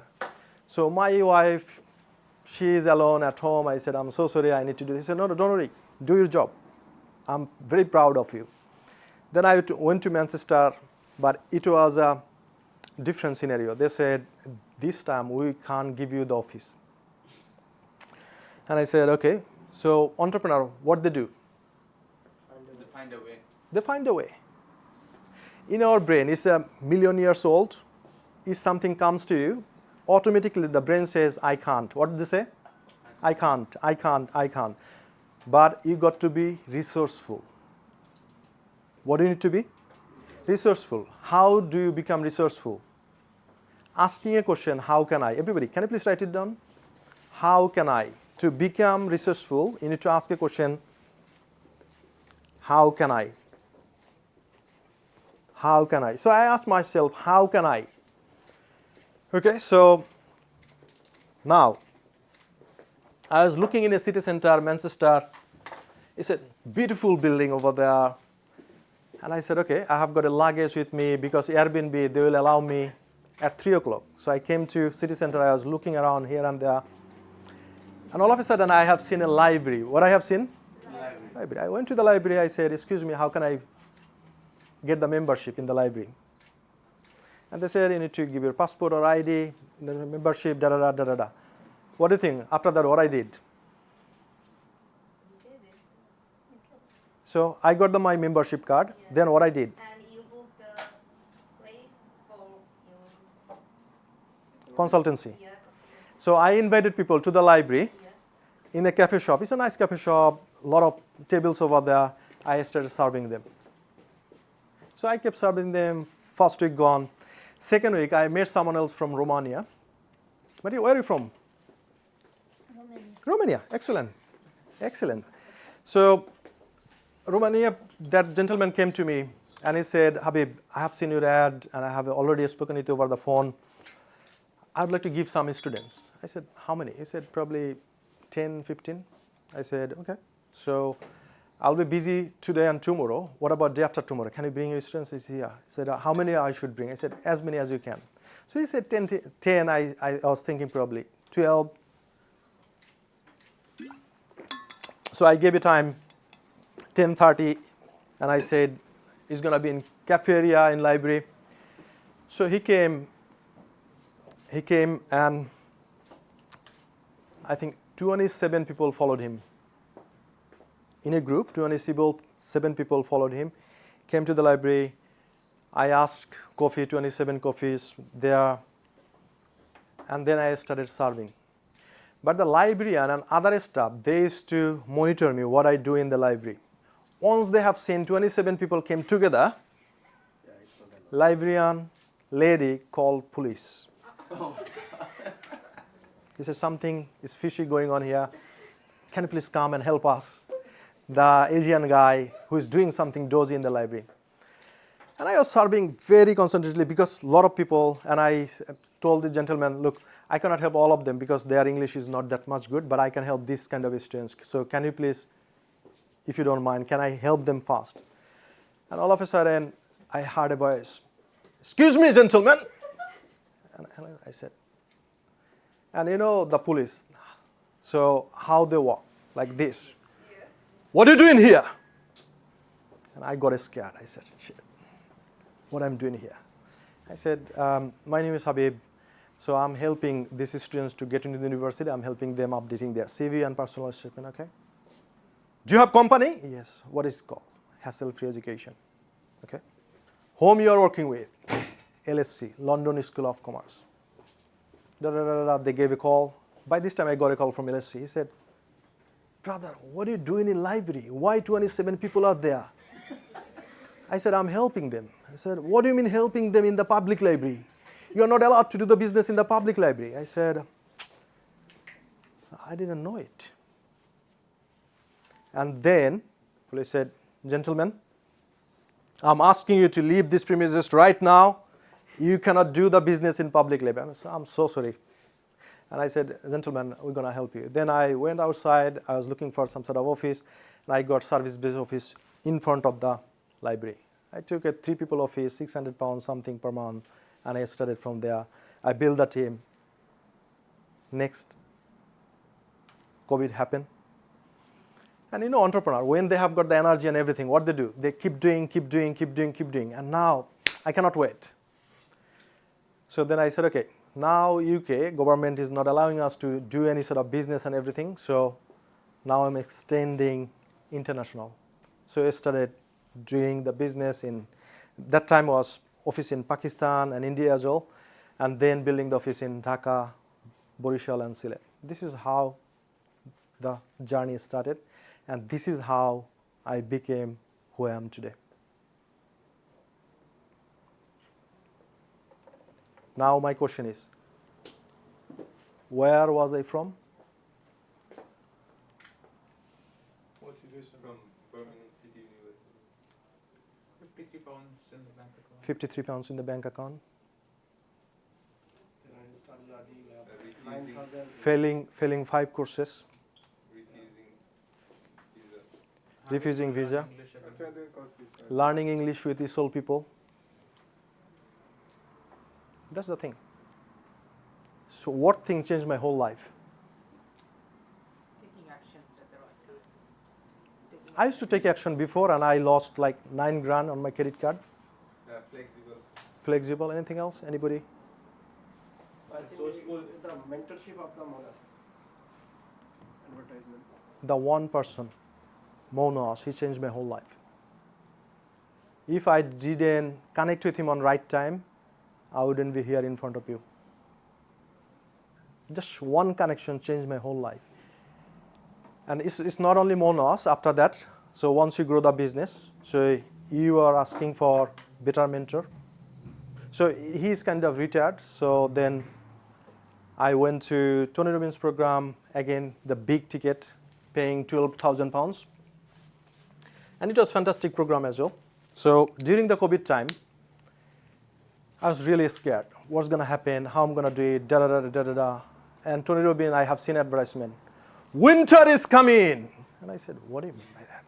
I said, struggle is coming, challenges is coming. Then I have gone through again on the Zoom, 3-4 days program online. Then I bought 12,000 on. And after purchasing this, because that time I had money, and I'm expecting bigger invoices. So I paid 12 grand straight away. And I went to my wife, I said, you know, Tony Robbins, he has got a program, it's fantastic, 5 programs as a bundle. It's like business mastery, health mastery, wealth mastery, day to destiny, it's everything over there. He said, oh, good, good. So how much is that? And I said, 12,000. No, don't do this, no. But what I did, by this time I already bought it. And after a few days I said, you know, Tony Robbins, he has got it, because I need to agree with her, otherwise I'm in trouble. And I said, you know, one of the programs is not on. 2 of the programs in Fiji, it's a beautiful country, close to Australia. It's an island. What do you think? Should we go? I said, let me have some time doing sort of research, and I'll let you know. Let's see what we can do. And after a few days, he said, I've seen it. It's a very beautiful country. I think we should go there. I said, yeah, then we are going. I think I should buy this. Yeah. And then I bought the program, and I bought the ticket as well. And I didn't know that if you go through USA, you need transit visa. And that time I had Bangladeshi passport. And I made application, and they said your embassy is 6 months away, and my program is 3 months away. And I said, how come? Then I sent them an email. I said, sorry, I cannot come because the embassy is a long waiting time. I said, no problem, you can come next year. So the moment I went to the embassy, by this time I had the British passport. And I went there, the lady, she was over there. By the way, I was refused before from US Embassy during the PSW visa. How many of you tried US visa and got refused? I was thinking, if I cannot continue here, probably,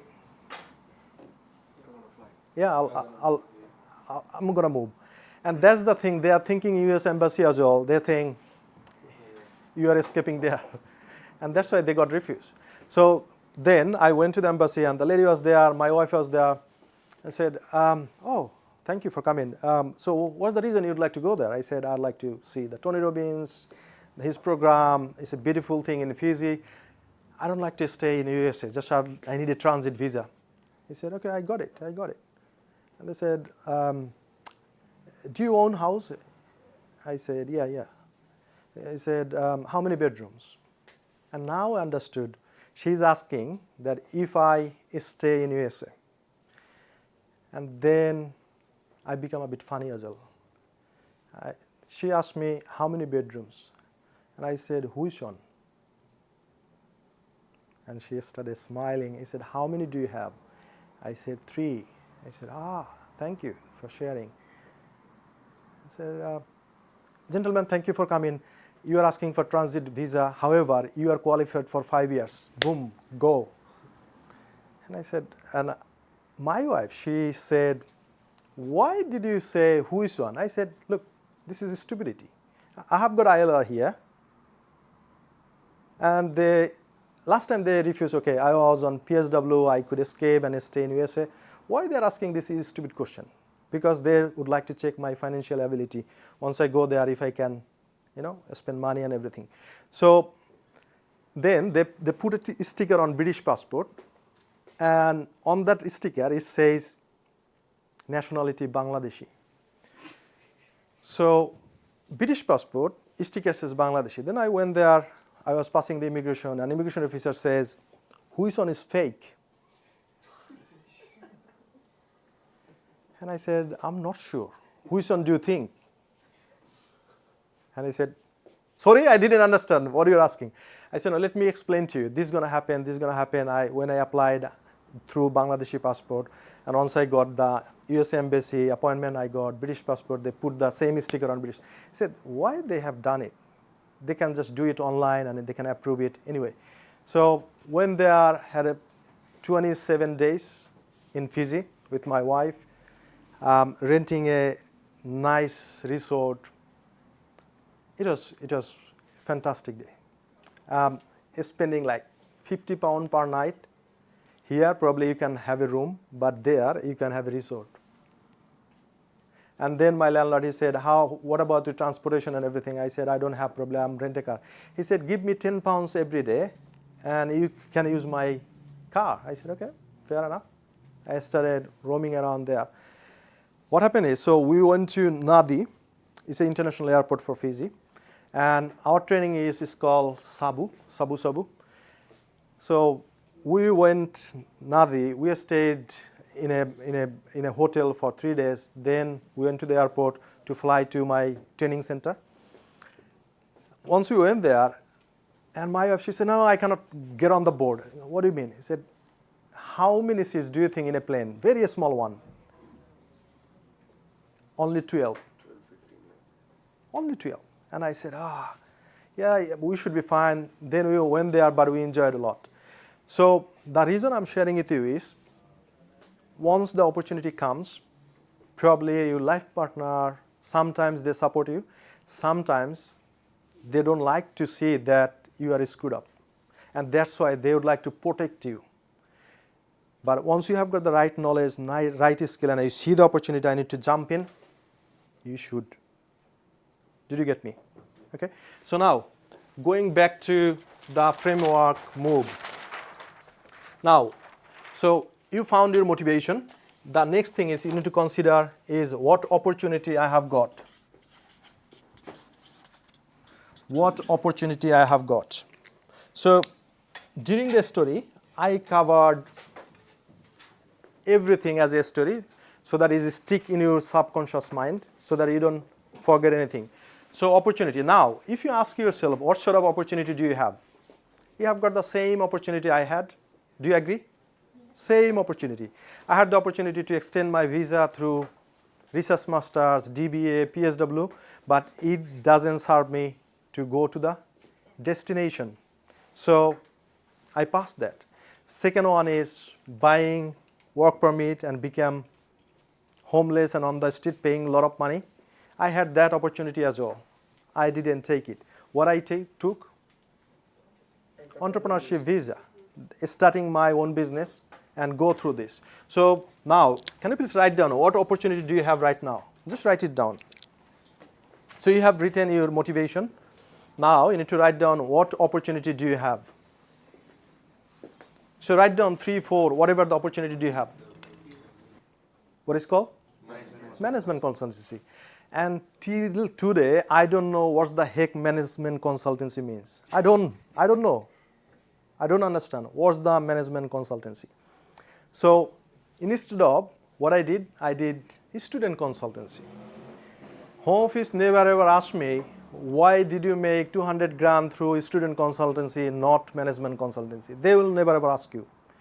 They would like to see that you started your own business, you have got some sort of clients and is going, that means your business is started well, and in your business plan you're going to say, in first year I'm going to do this, in 3 years I'm going to do this, in 5 years I'm going to do this. But already you have already proved them having some clients and customers. You get me? Okay. Yeah? Yeah, basically I'm a bit of confused because every time you change the product and services and then yeah. Got it. You don't have any restriction. So once you set up a company, that's why because you got to. In UK, there is like code or something. Yeah. You have to do. Understood. So that's why you need to stay till end, very focused, because chartered accountant, he's gonna share everything. So as the question arises, just I'm gonna give you quick answer. For example, you have got a business, you are selling burger. What are you selling? Burger. The SOC code is B001. Now you are selling drink, so you can add D001. Now you are selling fries, you can add F001. Just I'm giving random ideas. So there are a lot of SOC code. Once you add a service or product, just you need to add in the company house that you are serving this. Very simple thing. There is no restriction. You can do any business as you want. Okay. So have you written the opportunity? So out of this opportunity, now my question is, what would be the vehicle? What vehicle do you gonna use? What vehicle you gonna use? So you have got opportunity. You have seen a lot of opportunities. So what the specific vehicle you gonna use to reach your destination? Write it down. So vehicle means it might be student visa, it might be something, it might be work permit. So what vehicle you gonna use to reach your destination? Quickly write it down. What vehicle you gonna use to reach your destination? Okay. So last one is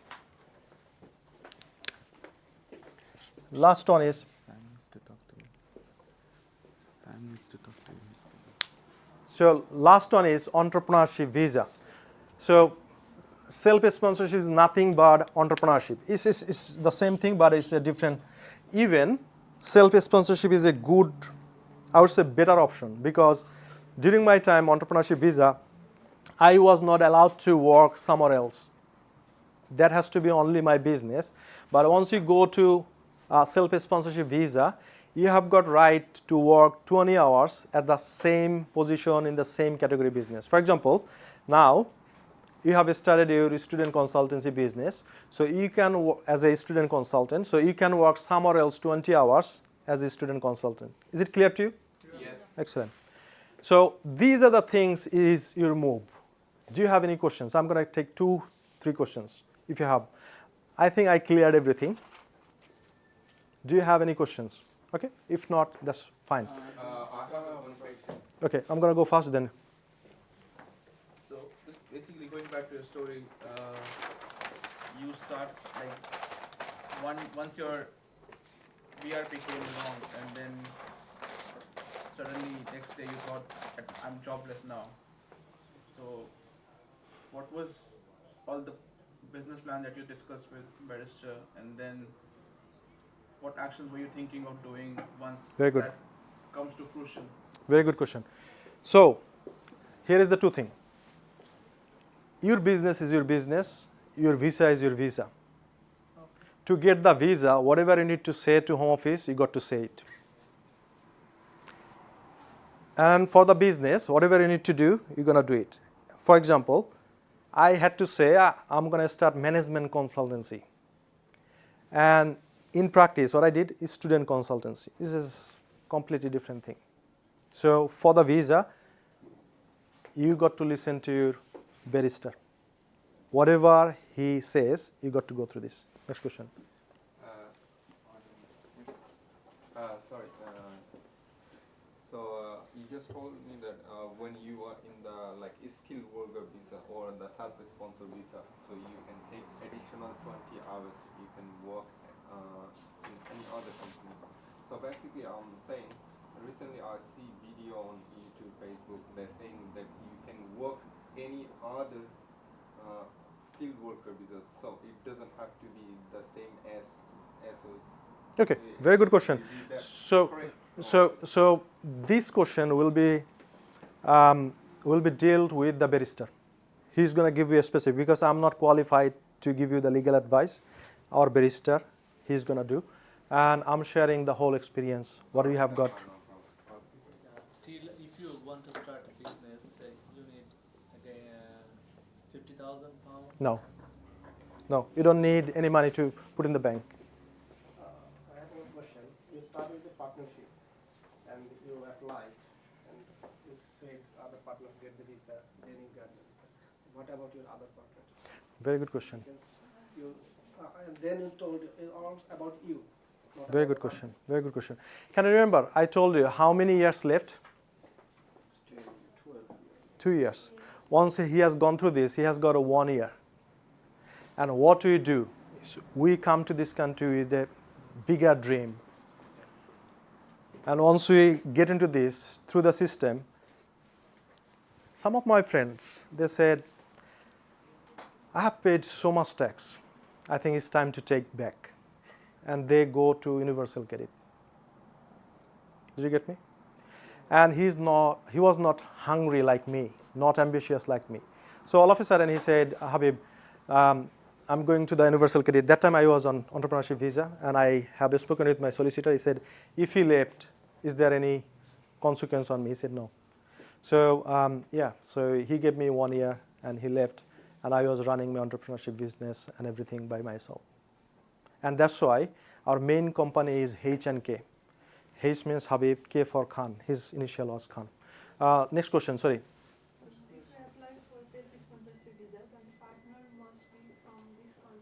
You don't need partner. You can do by alone.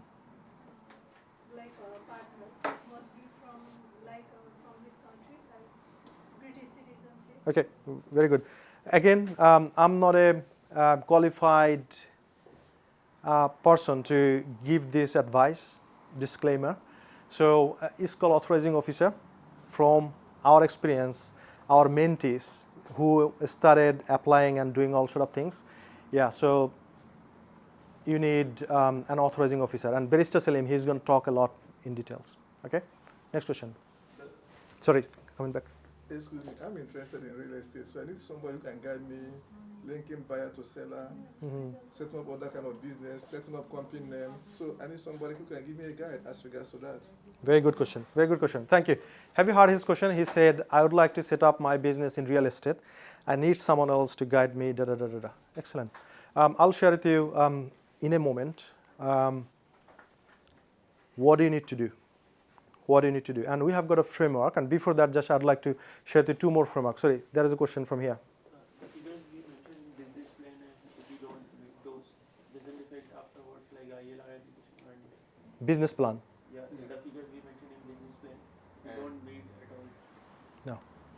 No. Doesn't affect. Because you are forecasting, you are saying in 3 years' time, I'm going to make $250,000. You might make $500,000, you might make 200 grand. You might make 50 grand. It doesn't. Business is business. You don't know what happened, but you are giving forecast and you are explaining, you are giving them step by step. This I'm going to do, this I'm going to do, this I'm going to do. Okay. So I know you have got a few questions, but once I go through this, you will be clear. Right? And at the end, if you have got any questions, I'll go through this.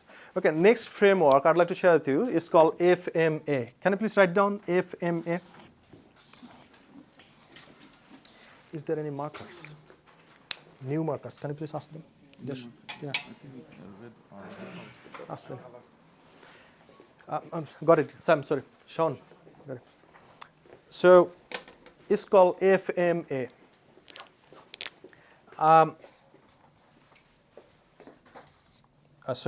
FMA. If you understand this framework, your life is sorted. And I learned it from my mentor, Tony Robbins. So first F for focus. Can you please write down focus?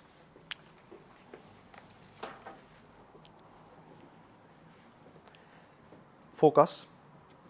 Second M means meaning. Meaning. Third one is action. So you need to understand this FMA. So focus, meaning, and action. So I learned it from Tony Robbins, and he had 4 fathers. How many fathers? 4. And his question was, so my mom, she got married, she divorced, she left, again got married, left, again got married, left, and all my dads were poor. And he asked himself, why these bloody fathers are poor? And then he said, okay, I'm broke, I'm poor, understand. So what's the meaning I'm going to give it to you? It must be something else. It must be positive or negative. If you're always positive, you attract with positive. If you're negative, you attract with negative. For example, so you have seen something on a Facebook, one person commented negative. What do you see? Other negative comments, negative, negative, negative. They say, oh, I'd like to join you in the club. That's called negative club. And the same thing, once you see the positive, you comment on positive, you see the positive people are there. So he said, okay, now I'm focusing on finance. So what's the meaning I'm going to give it to myself? Is it something that I'm going to do something and I'll be financial freedom and I'll do better, I'll help other people? And he's a multi-billionaire. Or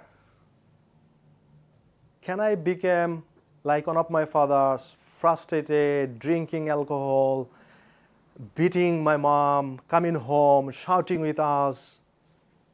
So what's the meaning I'm going to give it to you? So first of all is focus. Then you got to give a meaning. Then you need to take action. Now, it's a very personal story I don't like to share, but I'm sharing. So when I was working in Bangladesh, fortunately I had a girlfriend. She is from very aristocratic family. Her father had like 15 stories building in Boshundara. So I did my master's. I was working for Cyphers. And I said, so when are you going to get married? And she asked me a question. He said, what I'm going to tell to my parents, what do you do? You are a just teacher of coaching center. I said, okay, I got it. Now, so my focus is finance. So what I can do is I can start drinking, becoming frustrated, doing a lot of bad things. If I give a meaning that why I'm bloody poor, why my parents are poor. That's the meaning. Or I can give, okay, I'm going to do something. I'll be financially free. And yeah, so that's the meaning I can give it to you. And what's the action? Drinking. Very good. Drinking or Take action to flying to UK and studying Birmingham City University. Did you get me? So I'm so thankful to her because if she didn't give me this motivation, correct word, I wouldn't be here probably. I was doing okay, da da da da da da da. Now, my question is, so now you are in such a situation, can you please write down what's your focus now? What's the meaning you give it to? And what's the action you're going to take?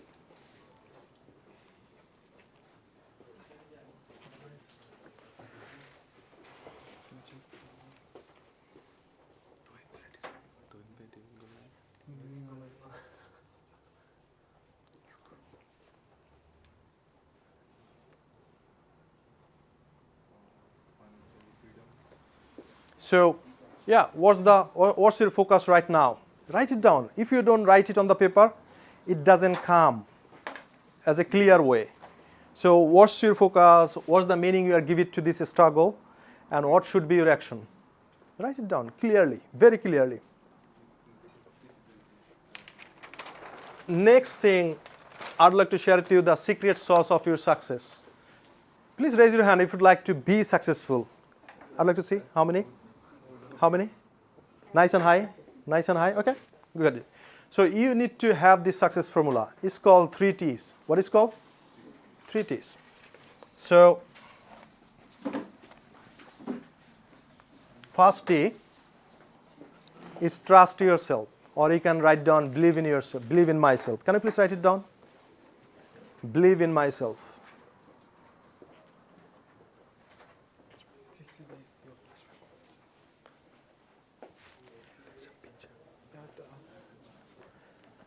So believe in myself. The first is trust yourself.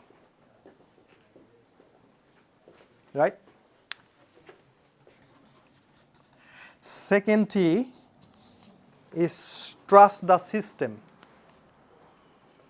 Trust the proven system. Trust the proven system. So trust the system.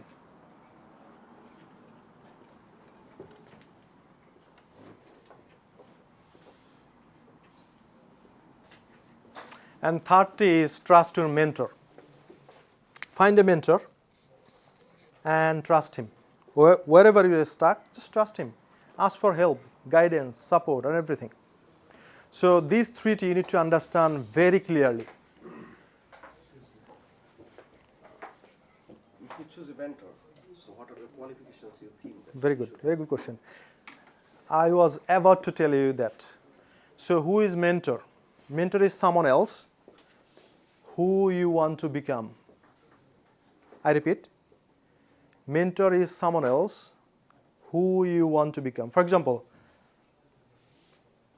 for me, it was someone else who has got 7-figure business, who is a basically millionaire. So whom I took? Millionaire Monoas first. Did you get me? Then you need to ask for help. And these kind of people, they are very limited with their time. And I'll share with you how you can be involved with their time. In exchange, you need to give something. How much I give it to Monoas? 50 per session. Back in 2012. So Tony Robbins, how much I gave it to? Good. I'll share with you a few things so that you can understand, you can cement it in your brain. So my next mentor was Dr. Silva. Have you heard about Regent College? Yeah. He's the owner of Regent College. So I sent him a message. I said, Mr. Dr. Silva, I know I can't afford you your mentorship. However, I'm eagerly learn from you. I want to learn from you. And as a owner, I can pay you 10 grand. Very humble. The statement is very humble, very clear. I said, I know I can't afford you. However, as a owner, would you like to be mentored? As an owner, I'd like to give you 10 grand just to respect you. And what do you think what he said? He didn't give me a call. He didn't do anything. So his personal secretary called me and said, you are looking for mentorship? Yeah. So this is the condition. You're not going to get for a year. You're going to get for 6 months. And it's going to be a course assigned. She's going to look after you. If you need some sort of thing like texting to Dr. Silva, you can. But he's not going to give you personal time. I said, okay, I'm in. What I said? I'm in. And I said, can you please just send the invoice? Send them invoice. I sent it. And I got his WhatsApp number. I sent a picture that I paid you, and I'm in. And he started me teaching how to build a business, especially education industry.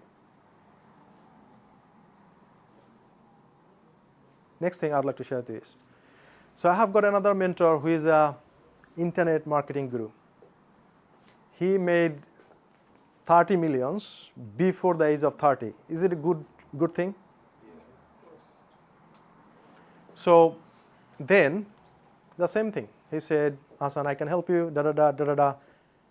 It's going to be 12 grand again. I said, okay, I'm in. Now what do you think? Now, do I have a mentor? Yes. Do you have a mentor? Yes or no? What do you think? Yes. Why do I need a mentor? I've got a successful business. We are making okay.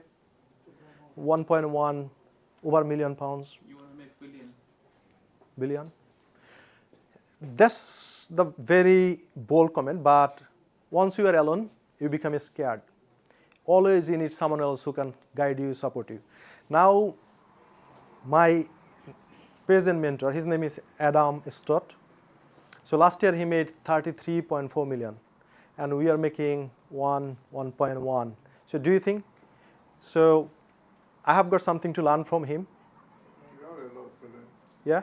So how bigger he is? 33 times. So always I have got. And how much I paid? 50K. Okay. Not 50K. I paid him 34K. And it's in a payment plan. That's the thing. So what I'm trying to tell you that I'm not smart.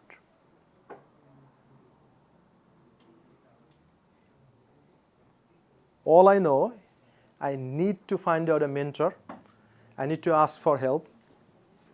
And if they start helping me, I'm going to grow, grow, grow, and grow. Okay? So final thing, now I'm asking you permission is, if you'd like to work with us, can I share with you how you can work with us? Please. Okay, excellent. Thank you for giving me the permission. So before that, can you please just go to the picture with Sarah Willingham? Just I'd like to, 1 second, he's gonna. So few months before, I met someone else who is a dragon den, Sarah Willingham. So very good question was from the audience is, how are we gonna meet this kind of people, right? That was the question. So before that, you need to understand is, so you are the average of 5 people you are spending time with. Can you please write it down very quickly?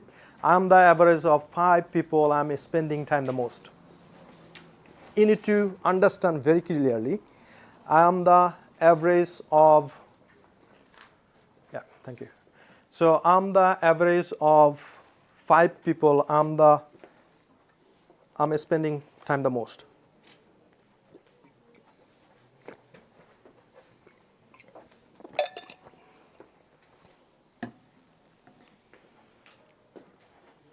Okay, thank you. Thank you for writing. So what does it mean? So if you spend time with 5 delivery guys, what do you become? If you are spending time with 5 people who are moaning and bitching, you become one of them. If you are spending time with 5 millionaires, you become millionaire. I didn't believe it. The moment Mono asked me, and I said, with due respect, sir, I didn't understand. Can you please explain a little bit? He said, Habib, of course. That's why I'm here today. How much money have you got in the bank? 2,000-3,000, something like this, okay? So once you finish this mastermind, call your 4 best friends and ask them how much they have got in the bank. I did call them. Someone said 500, someone said 3,000. And I add all of them, I divided by 5, and I got the exact number in my bank. Now, my question is, probably you would be thinking that how I'm gonna get this access to these people. It's the same way. You need to find your mentor. Once they agree to help you out, they're gonna support you. So my present mentor, Adam Stott, so he invited this lady, Sarah Willingham, Dragon Den, I think over $250 million net worth. I had the opportunity to ask questions to learn from her, how should be my business structure, where I'm struggling. My first question to her was, how I'm gonna go from 7-figure to 8-figure? That was my first question. Do you think she answered it? What do you think? She answered it? Of course she answered. And do you know what she said? Network. Anybody else? Focus. Focus. Anything else? Action. He didn't tell any of this. He said, stick to your mentor. Already probably, she asked me a question in next sense. She said, did you ask this question to Adam? Adam, my mentor, so Adam's mentor is she.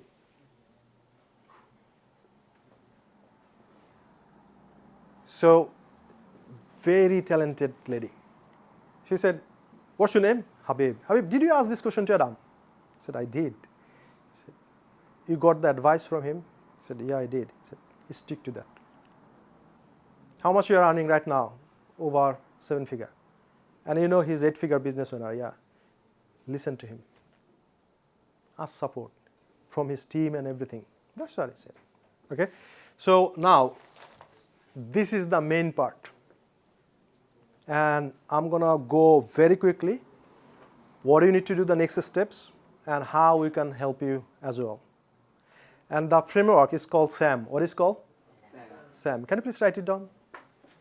SAM.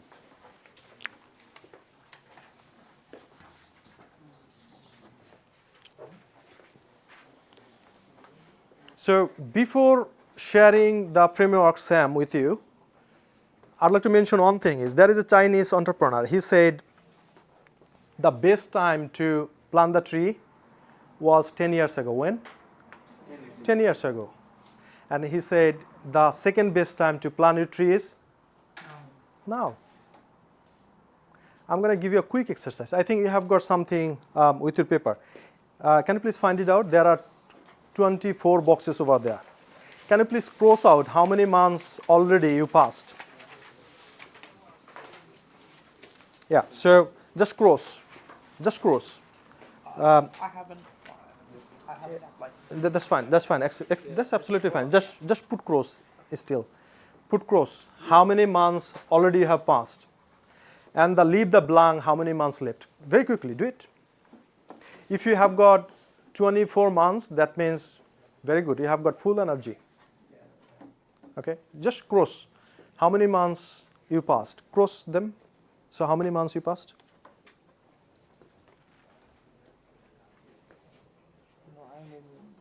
I'm doing my master's. So Yeah, so you have got 24 months, full energy, okay? 7, okay? So now, next question is, so of course you have got whatever months left, 3 months, 4 months, 6 months, 9 months, or probably 24 months. If you are doing the masters right now, you have got the whole time. So now, next question, can you please look into your paper? What's the next question? What is your plan now? So what's your plan now? Don't write the answer right now because I'm going to share it with you. And after that, I'll give you some time to write it down within 30 seconds. So now I'm going back to the framework SAM. So S stands for sales. Can you please write it down? You don't have to know anything other than SAM if you'd like to become very successful business owners.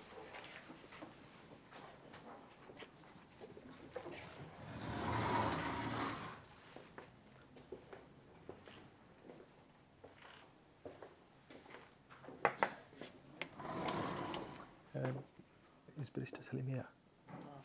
Ask Sadia to give a call.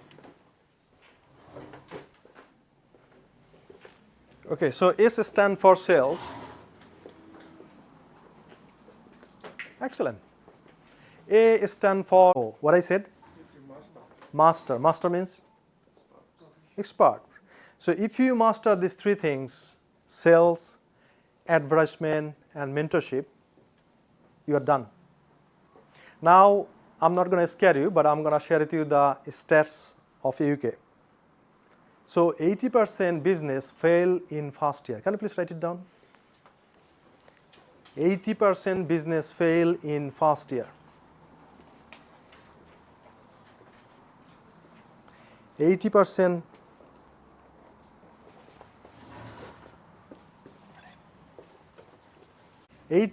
business fail in first year. The remaining 20%, out of 20%, 15% business fail in 5 years, and only 5% they thrive. Now, I would like to invite you to imagine. Just think about a restaurant in your local area. Let's say 10 restaurants over there. One restaurant, always you go there, you see the car park is full, people are giving 5-star review and everything. And other 9, they cannot take their salary. Did you get me? The same thing. If you move from food industry to something else, if you consider them, you will see the same thing. So now, my question is, when I have started my own business, 2013, and now it's 2025. Yeah, so I think a little bit risk-free. Yeah, it's sustainable. Now my question is, why 80% business fail in first year? Because of the sales. Anybody else? Lack of strategy. Lack of strategy. Anything else? Lack of mentorship. Lack of mentorship. The answer is they don't understand SAM. If you master SAM, any business you can start. Now we have got training business, student consultancy, property, and in 2 months we are studying construction as well. Business is the basic thing. All you got to do is you need to understand SAM. So now I'd like to invite, because you are here to learn something, I'd like to invite one of my colleagues who is a sales manager of our team. She's gonna teach you about the sales, so that after learning these things, so that you can implement it straight away and you can utilize this opportunity, knowledge in your business. So I'd like to welcome her. Please put your hands together and welcome Razia.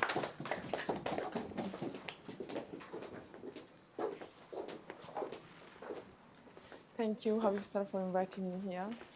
And yeah, so who likes salesmen? Who hates salesmen? Okay. So what we mean by business? What we mean by sales? Anyone? Sorry? Yes, yes, you're right. So sales means agreement and exchanging, okay? And for me, sales means blood of business. So imagine human body without blood will be dead. So same things for business. So without sales, business will be dead. So who am I? So my name is Razia Mokhta, and I'm a sales manager at Hassel Education.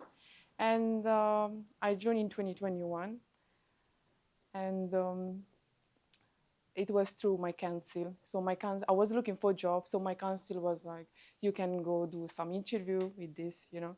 And I meet our CEO, Mr. Habib. He asked me a questions, so I answered. He likes my questions, and then he hired me. I was confused because I never had any experience in sales or calling people. So then after that, he started, him and Mrs. Romana, they give us training. So I followed the training, and the step by step, I used to receive students. And later, one thing that helped me to have more than 400 students, successful students, is MTF. So MTF, so could you please everyone take a note?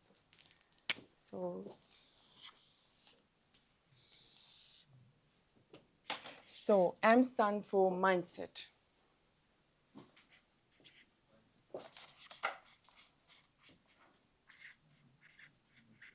So you need to have a positive mindset. So, you know, when I started, I was very confused, like, because I never had any experience in sales. So then I used to have experience on that. So our CEO and Mrs. Romana gave us training. So I used to follow that. So slowly, I was getting confidence on myself. So training is very important. So you need to have training from someone experienced. So T stands for training. And the formula.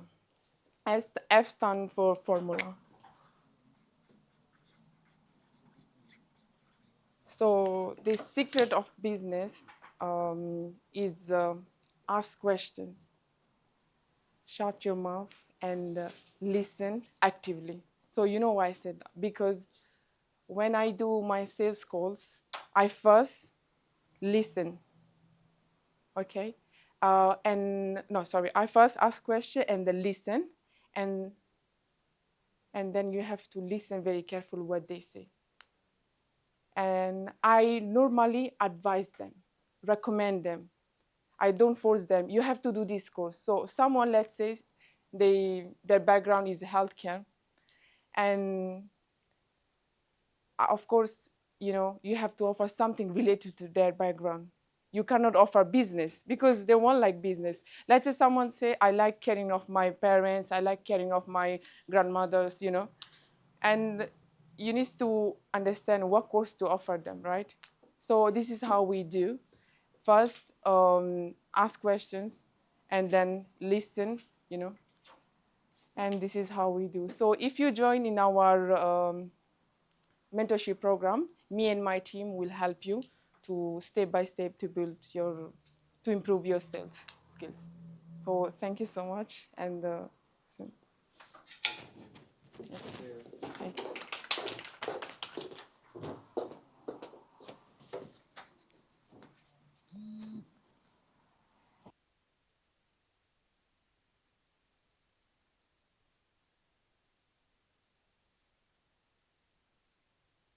So how has it been, and what have you guys been learning?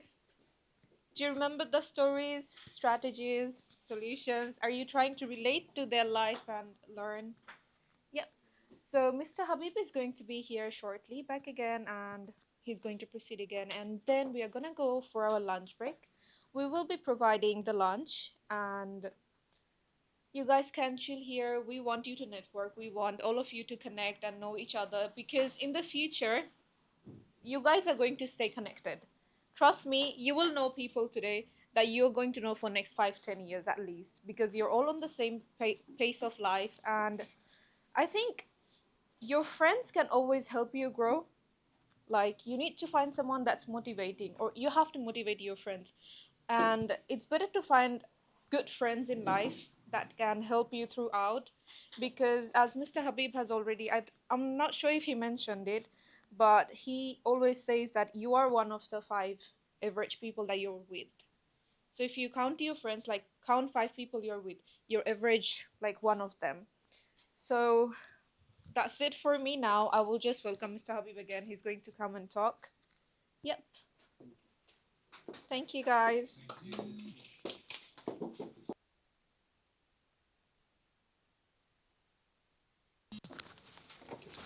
All right, so tell me, what do you mean by sales? What is sales? Exchange. Exchange. Anything else? Is sales blood of your business? Yeah. Yeah. So just imagine if you don't have the blood in your body, you are dead. So that's likewise. If you don't have the sales in your business is dead. So the first thing, what you need to do is you need to master sales. I'd like to tell you a story. So one of the best sales trainer in the world, his name is Grant Cardone. What's his name? Grant Cardone. He's a billionaire. So I took one of his course, and it was in Excel Center. I went there with my wife. We went there, we learned so many things, and during the break, he said, go for the lunch break, find out the most expensive restaurant in this area, order the most expensive menu. And after that, he said something is very, very important. If you understand these things, sales should be natural to you. Can you please write it down? The way I buy anything, the way I sell everything. So that means the way you buy anything, the way you sell everything. So what I mean by that is, so if you have got that kind of mentality, that bargaining, cheaper, so you need to understand the way you buy anything, the way you sell everything. So I went to the restaurant. So once we gone through the training center to the restaurant, and we were silent for a minute. And me and my wife walking very slowly. And all of a sudden she said, you gonna do this? What she asked me? You gonna do this? And I said, what do you think? I didn't say yes or no. What I said, what do you think? And she said, we're gonna go the expensive restaurant and we're gonna buy the expensive thing. What if we go to McDonald's? I said, yeah. if you want me to go to McDonald's, we're going to go there. And then after that, we are going home. What I said? We are going home. He said, what do you mean? You don't like to come to the training again? I said, there is no point to come to the training again if I don't listen to the mentor, if I don't listen to the advice. And then she said, okay, we're going to go to expensive one. Then we went through and we found the best restaurant in that place. We went there, we went through the menu because I'm a Muslim, so I was looking for halal and everything. And we went for fish menu. And also, Grant Cardone, he said, once you are leaving the restaurant, give the tips as much as you can. And I had something like 20 pounds in my pocket, and I leave it to the table. And she said, and my wife said, are you giving 20 pounds to the lady tips? I said, yeah, that's what my mentor said. And long story short, so we came to the training, and Grant Cardone said, how many have you practiced what I exactly said? A lot of people raised their hand. Some of the people, they didn't. So what's the strategy you got out of this? Can you please write it down? Out of this story, what did you learn from it? What did you learn from it?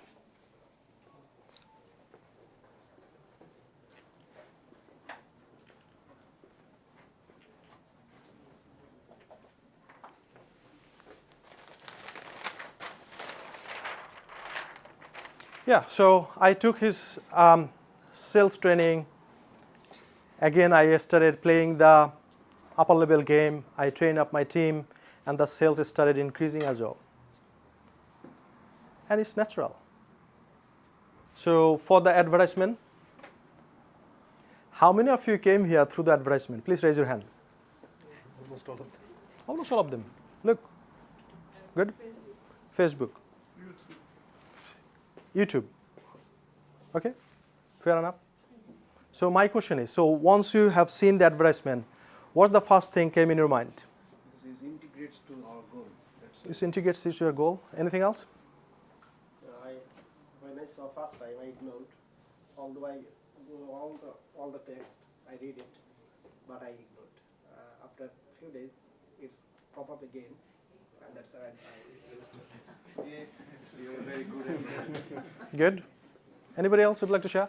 Yeah, when I listen to you on YouTube, so you talk here on PSW, same thing I was facing. So I started Google about. Very good. So this is the learning, and because whatever I have learned, investing a lot of money, I'm giving it for free. However, if you don't pay attention. I know some of you, you're going to apply it, you're going to implement it, you're going to get the result, and some of you say, I paid £1, what matters, right? However, at the end of this workshop, a few of you, they're going to change their lives. And they're going to say, I'm glad that I came to this event, and it changed my whole life, like Monoas changed Habib's life. That's going to happen, right? So advertisement is something you got to talk your client's language. What I said in the advertisement? Are you on PSW visa and stressing yourself, thinking about da-da-da, right? So what language I'm speaking to? Your language. So once you are thinking about the advertisement, you need to master the persuasion of the audience. That's the most important thing. I was talking to you directly. I was talking to you. Then I said, what? Just £1, you can have your solution. And you have gone through the whole thing. This gentleman said he ignored few times, and after that, he couldn't ignore anymore. He said, Habib, I need to see you. So very good marketing. Yeah, it's called retargeting. What is called? Retargeting. So I retargeted them. And now you are here today. and some of participants, they missed it anyway. They have got their own struggles, challenges, and everything. So, very good question. I'll go through this. Very good question. Okay, so we made a marketing message. We are talking to you language, and we said this is how we can help you. So our goal is to bring you here and share everything about the self-sponsorship. How can you get settled in the UK from PSW? And this is how we are delivering. And Barrister Selim will deliver the legal part, and Chartered Accountant, he will share with you the VAT, tax, finance, and everything. So now, you got to master the advertisement as well. Can you remember from my story? Where did I learn from? You went to the Dan Henry. So I learned from him. He was the #1 expert regarding the advertisement in 2013-14. You know, I never met him until 2025. Last time I went to Las Vegas, there was the conference from Russell Brunson. Have you gone through the landing page, right? And you paid £1. And the landing page, it is called ClickFunnels. It's a software. And so I learned from him. However, I went there and I found Dan Henry. And I said, "Good afternoon, sir. How are you?" He looks very young, childish face. He said, "Yeah, I'm good, thank you. What's your name? Where are you from?" "My name is Habib. I'm from UK." And they said, "Okay, how can I help you?" I said, "You don't need to. You already changed my life." And you know, these guys, influencer, when they come, they're going to talk like this, and always the camera focusing them. I said, "Explain to me." I said, "Can you remember the Facebook ads for entrepreneurs?" He said, "Yeah." He said, "I have gone through this. I didn't know anything about the advertisement and everything. I learned everything. I implemented it. Now we are the 7-figure business." He said, "Oh, $1 million. So bucks means in dollar." I said, "No, it's in pound." He said, "More than $1 million." I said, "Yeah." He said, "Man, come on, man. I love to hear from you. What else? What business you do, da-da-da." And I said, "Dan, what I said, I mean it. You changed my whole life. Otherwise, I wouldn't be here in the conference. I wouldn't see you." He said, "I recorded. Would you give me the permission to share on my social media and everything?" I said, 100%. "And if you ask me to give a testimonial, separate things, just reach out to me. It's hassle-free education." He said, "Ah, really?" He said, "Yeah." He said, "You are very kind enough. And I have got this testimonial from a lot of people. I changed their lives as well." So all you got to do is you need to master the advertisement. Once you master the advertisement, now the first thing is you need to understand sales. You need to master sales. Once you know how to sell, then you need to go to the right audience. For example, now I'm in front of the right audience. You are on PSW and you'd like to get settled in the UK, and we are sharing all the information and you are exploring the opportunity. Right? So the last one is the mentorship. In business, you will have always ups, down, ups, down, ups, down. So once you have got up, you say, "Thank you, my mentor." Da-da-da, da-da-da, da-da-da. Once you go down, "Mentor, I'm sucked." "Okay, share me a lot of things. What you are struggling with, da-da-da-da. Do this, da-da-da-da-da-da-da-da." "Oh, it's gone up." After a few days, down. "Now what should I do?" Da-da-da-da-da-da. Why mentor is saying just listening the things within a minute, do this, do this, do this. How they can say it? Because they have gone all the process. So now my mentor Adam Stewart, he is making 34.4 million. So he has gone through my process. He said, "I was struggling in 7 figures for so long. But when Sarah Willingham started mentoring me, we have gone through 7-figure to 8 figures. So it's all about mentorship. And can you remember, I told you, so from London to Birmingham, I clone up myself. Went to Manchester, clone myself. The same thing. So you're building the team and you're growing the business. Now, without my team, I'm none. So the whole thing you have seen, you have gone through, this is my investment with you, my time. Other than the whole team, they have done everything. And now, to build up the team, first of all, you need to become an expert. Then you clone yourself, you learn by yourself, then you give to someone else. Then you're building the team. You just keep doing, keep doing, keep doing. A lot of people, they say business is difficult, it's a rocket science. It's not. It's very basic. Very basic. All you got to do is you need to understand some. You need to understand some. So now, what we are offering in our mentorship program. Excuse me. Maybe you forgot to tell the lesson that you went to the restaurant and came in, and your mentor says. Yeah. What you didn't get to say. Yeah. So the lesson I got from there is, I was struggling a lot when I was buying some sort of things, and when I was making some sales call, I was thinking about myself. Probably this person will bargain with me, this person will shout at me, this person will, skip the way, blah, blah, blah. But once I have gone through the process, I knew what my mentor said. You got to be the best customer to become a best seller. So the lesson is, you cannot be the best seller until you become the best customer. So you have to be the best buyer first, then you have to become the best seller. Did you get me? That's the only thing. Okay, so now I'd like to share with you how we're going to help them in terms of SAM. So we are offering 12 months program. It's called Mentorship. What is called? Mentorship. In Mentorship, you're going to get sales training. It's not theoretical, it's hand-on. And I'll share some sort of testimonial from our previous mentees, still existing mentees. They came to this workshop and they have started working with us. And we're gonna share. So the sales, in terms of sales, first of all, so what things we are covering? We are covering psychology of sales. Please write it down. Psychology of sales.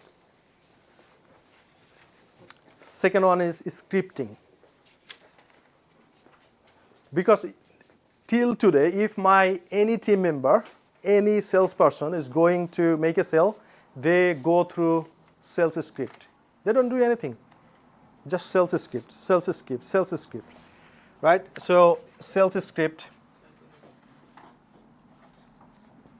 And after sales script, so now you got the sales script, you know what to say over the phone. Then we say, make calls. So first few 100, 150, they don't feel comfortable. They say, this is not for me. I don't like to give up, da-da-da, da-da-da, da-da. But once they find their motivation, that was the motivation to start their business, they come back. They said, I got to sell. Who do you think? Steve Jobs. Who is he? He's a salesman. He makes a presentation and he sells tons of phones. He passed away, still he's selling through his presentation. What do you think? Elon Musk. Who is he? Salesperson. So he makes a presentation and he sells $1 billion of Cybertruck. Who is he? So each and every CEO, successful business owner, they have got one common skill. What is that? Sales. If they don't understand sales, they suck. So now, that's why, so you're going to go through the experience, sales experience. And now, once you are making the calls, do you think you're going to stuck somewhere else? Of course. They'll ask you a few questions here and there, and you need a sales course. So what you do is, our mentee, we give them access to our sales team. They come to the office, they sit with them, they make sales call. If they're stuck somewhere else, our sales course help them. This is how we are helping them. Number 2 is advertisement. So in terms of advertisement, the same thing we do. So first of all, we teach them all about the psychology about advertisement. And the second thing is we help them scripting. How many of you have seen the advertisement from Sadia Prachi? Please raise your hand. From her? How many? Nobody? One. Anybody else? Okay. So what she did, she didn't say anything on her own word. It was a script and she performed. She acted. Did you get me? So all you got to do is you need to find out the right script, right wording, everything. Once you act, it's recorded. Next thing is filming. What is the next thing? Filming. So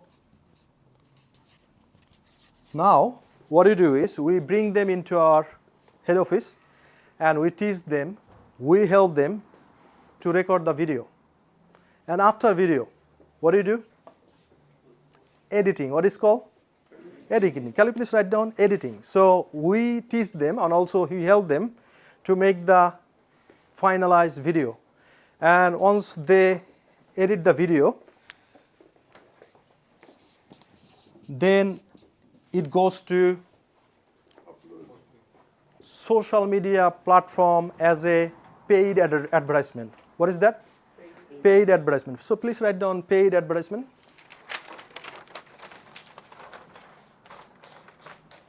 Okay, so how does it work? So we have done everything. Then I said, Facebook, Mark Zuckerberg, I need room full of people on this date. Can you please find out the PSW people? And Mark Zuckerberg say, yes, give me some money. What do? We connect our bank to the Facebook. I said, this is your money, take as much as you need. I need 20 people in my room. I said, okay, can you give me this amount of money? Yeah, of course, take, bank card is there, just take it, just take it. And once they started taking, so now the first person see the advertisement and they say, oh, it's not for me. In 5 seconds, drop out. Second person, drop out. Third person, watch the whole video. Oh, I'm on PSW visa. He's talking to my language. He's tapping into my common problems, struggles, and challenges. Watch the whole video. Now Facebook say, I got it. Do you need these people who watch the whole video? I'm just pushing them this video to only those people. Then second person become PSW, third person PSW, fourth person PSW, and all the PSW. This is how algorithm works. Is it understandable? Yeah. Okay, this is how. It's very basic. If you understand the psychology and whole thing, this is how it's going to happen. So, next thing is, so we will teach you how to sales. We will show you and we'll work with you how to do the advertisement. And then once you put your advertisement, whatever the business or service you are providing, you are getting potential customers. What is it called? Potential customers. Now the first thing, what do you taught you? How to sell. Now you know sell, and now you have got potential customers. Can you sell? 100%. You got trainer for sales. Now you have got potential customer, and potential customer is requesting you, please help me. And you jump in and say, yeah, here you go, I'm here. So this is how called sales. And this 12 months mentorship program, we cover, as I mentioned earlier, sales, advertisement, and session. So it's 2 months, 2 times in a month. So it's not only two, if you've got some more time, if you'd like to study business and get the first sale very quicker, you are welcome to come more. So our last mentee, Rahis, he's in full-time job. He's working for somewhere else, full-time, and he's doing with us. And it's been, I think, 2 months, and I'd like to share with you the testimonial. Can you please just, so he came through last event. I'm just giving an example of the latest one. He came through this event, and after coming here, he said, I'm joining. And less than 2 months, he got his first client and worth of £1,000. How cool is that? Very good. So to make 100 grand, how many clients does he need? 90? to make 100 grand, how many clients does he need? If it is £1,000 per client? 100. So he got his first client. And now what do you need to do? He need to keep doing. Just keep doing, keep doing, keep doing. The advertisement, it works as a ATM machine. Can you please write down ATM machine? And I'm going to give you answer. How much does it cost to come here? By the way, I'm taking a little bit of more time close to the lunch. My team just informed me, so we have got lunch for everybody, so you don't have to go somewhere else and look for the lunch. So you'll come. So you're going to have lunch together with us, and after lunch, immediately we're going to start our session with Barrister Salim. Before that, just I'd like to cover the whole thing, what we are offering. So ATM machine is advertisement. For example, let's say you have got the opportunity, you put £1, you get back £5. I repeat. So ATM machine, you put £1, you get back £5. How many times you going to put £1? As many as we can. Advertisement is something like this. Unlimited. So we spend close to 700,000 on 700,000 for advertisement. Facebook itself is over a million, probably 150 other, Google, TikTok, YouTube, other things. Only Facebook. And this gentleman asked me, so how much does it cost to come here? It cost us £66 to take a seat. How much? £66 per person. And then we have got other, just for the advertisement. Then we have got other facilities, my colleagues, entertainment and everything. And we are happy with this. Because what I mentioned earlier, what is called advertisement? ATM machine. Now I'm giving some sort of example about the university recruitment. So now our cost is, let's say, £7-8 per registration. And once they register and go through the application and approved by university, how much we are getting? Can you remember? 2,000? 2,300? Good. So if you see the £7 lead is bringing us 2,000 something, how many times are you going to do it? Over and over and over and over. So what requires? Skills. What requires to do it? Just simple skill. So once you master this skill, you can do it time and again, time and again, time and again. Right, so you are coming to our mentorship program for 12 months, twice in a month, and we have got very exclusive private membership. So for example, you're coming twice in a month. Let's say in 15 days another session is coming, but you have got some sort of burning questions. You don't have to wait. So you can just put into the member site group that I'm stuck here, I'm facing this problem, what could be the solution? Boom, one of my expert consultant or me jump in and say, this is the solution. That's how it works. So you are not alone. So going back to the opportunity, just I'd like to ask you a very direct question. If you'd like to have your British passport plus 6-figure business, how much you are willing to invest? Just put a number on the paper. I'm not asking you. If you'd like to get your British passport and 6-figure business within a 5 years time, how much are you willing to invest?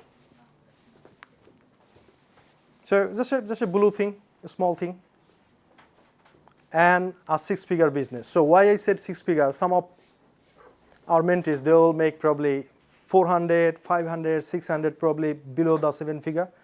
And if someone is very ambitious, hungry, probably they make 7-figure. So first in 5 years, I hit 7-figure. I was hungry, all in. Probably some of you don't need that much money. You're going to say, I'm happy with 100 grand per year, probably $250,000. But as you can see, never satisfied. What's the reason? Because God gave me a gift to utilize it. If I don't utilize it, it's going to be disservice to the God. That's how. Can you remember FMA? Focus, meaning, and action. So if I focus on my gift, what's the meaning I'm giving it to? If I don't utilize my gift, I'm disservicing to the God. That's my philosophy. This is the thing. You will have the opportunity to go for the 12 months program, and you can change your life through this mentorship program. Okay, now you put a number. Now I'm asking you, what if you try in different options? For example, how much is the market price for buying a work permit? Just throw me a number. 20? 10 to 15? 15, 17? 15. Okay, with work? Sometimes without work. Without work is 15. With work? 25. And it's cost you how many years of your life? 5 years. Once you get settled, you are the same person where you are. You got to start again. And my question is, how much are you willing to invest in the mentorship program? How much are you willing to invest in mentorship program? However, by the way, you don't have to take the risk. The risk is on me. Let me explain to you what I mean. We have got money back guarantee. So excluding solicitor cost and accounting cost, if you jump into our mentorship program, if you don't make between 5 and 6 figure within 12 months, we're going to give you your money back. Condition, whatever we are teaching to you, you got to implement 80%. So you don't have to learn 100%. You got to learn at least 80%, and you got to implement 80%. That's the only thing. So after learning 80%, after implementing 80%, if you don't get the result between 5 and 6 figure business, we're going to give you money back guarantee, right? So that means risk is not on you, risk is on me. I'll be ending up working for free, me and my whole team. That's the thing, right? So just put a number, how much money you are willing to invest in yourself to get your British passport and 6-figure business. Just write, put a number. Put a number, I'm not asking it. Is this only for, I mean, the program or for the product investment? I'll share in a minute. I'll share in a minute. Very good question. So a lot of mentees, they ask me, I don't have any business idea, whose business should I start, da da da. I'm gonna give you very quick some sort of examples. For example, you are thinking about shoe business. What business? Shoe business. Have you read the book Shoe Dog? Shoe Dog. So this book is written by a legend, Phil Knight. Who is the founder of Nike? Who is he? Founder of Nike. Just think about, you'd like to be another Phil Knight. You'd like to be another company like Nike. So once you think about the business, what you do is you start thinking factory. Isn't it right? Yeah. So once you're thinking about the shoe business, what do you think of? Factory. And now you ask yourself, oh, I don't have money. That's the burning question. I don't have money. How am I going to start my shoe business? And that's not the right thing to think about. You got to go step by step. Once you start, let's say you had money, like $1 million. You're going to start a shoe company. You don't have the skills to sell. You don't have the skill to advertisement. What are you going to do? You're going to lose all the money. So the first thing is you got to become salesperson of an existing company. Can you please write down? Step 1 is salesperson, sales office of the existing company.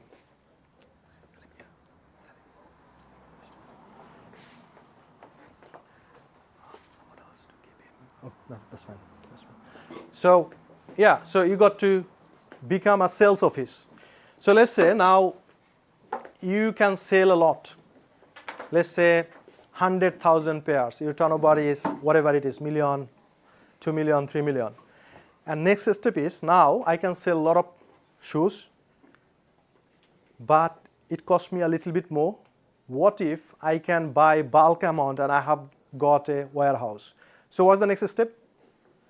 Warehouse. Can you please write down?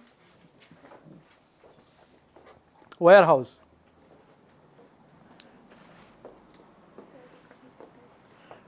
And the last part is, so once you have got a warehouse and you are buying the shoes from factory and you are thinking, okay, it costs me £10 per pair of shoes, but if I go to make the shoes as a factory, now it's going to cost me £5. Now you are building factory. Okay, so quick thing. So if you'd like to start your own business and if you don't have millions of pounds in the bank, what would be the first step? Sales office. Can you please repeat after me? What will be the first step? Sales office. Second, warehouse. Third, factory. Now I'm going back to our Hasself education. So once we started, we became the salesperson. Can you remember? I recruited for 2%. LSC. I recruited for LSC. I have got a small office. Even last year, we had a small office, is half of this in Whitechapel. So now we are thinking, okay, now we master the sales. We know how to recruit. Now we got to be warehouse. So what is this? Warehouse of education industry. Now we are running some sort of courses, level 3, level 4, and we are trying to be partner of the university so that we can deliver their courses in our premises. They're going to have some sort of money out of the tuition fee and we're going to have rest of them. So once we become the university partner successfully, we can deliver their courses. What would be the next step? You're going to open a university. Awarding body. That is called university. That is called university. Did you get me? Yeah. Sales office is a student recruitment company. Now we are a college and our next step is university. Everybody clear?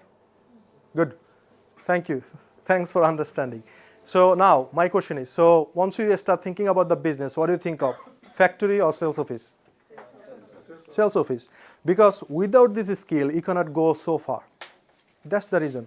So now I know you put a number, how much you're going to invest in yourself, not me, in yourself to get settled in the UK, also for a at least 6-figure business. So this is the thing we are offering right now.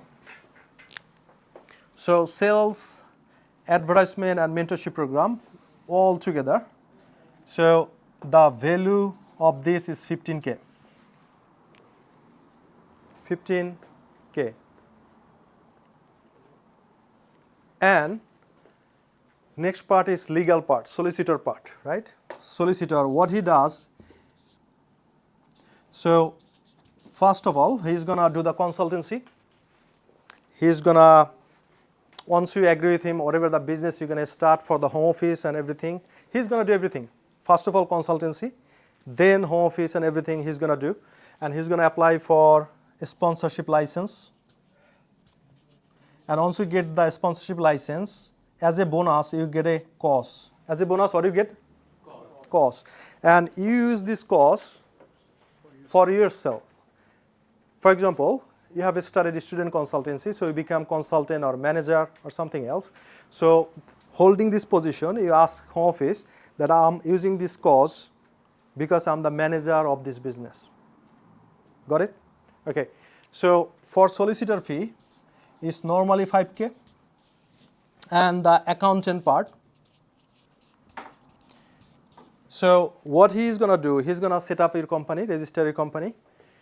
He's going to serve you to get the UTR number, because once you make application for your visa and everything, you need UTR number, you need to run the payroll and everything.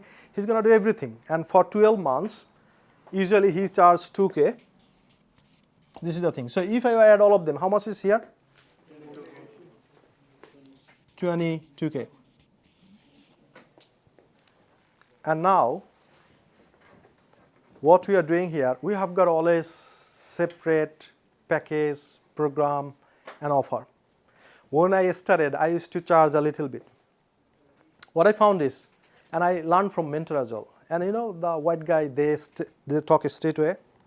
So I used to charge a little bit, and one of his program is called Adam House. We went to North Wales, 17 business owners in a nice, what is called, cottage or something. It's beautiful scenery out there at night. So one of the session was hot seat. That means you're going to sit with your mentor and you're going to say what business you are doing right now and where you are struggling. On the basis of that, he's going to give you these things. So my turn came. I jump into a hot seat. It's a high chair. I sat there. I was, a bit shaky because in front of my mentor. And that's quite okay.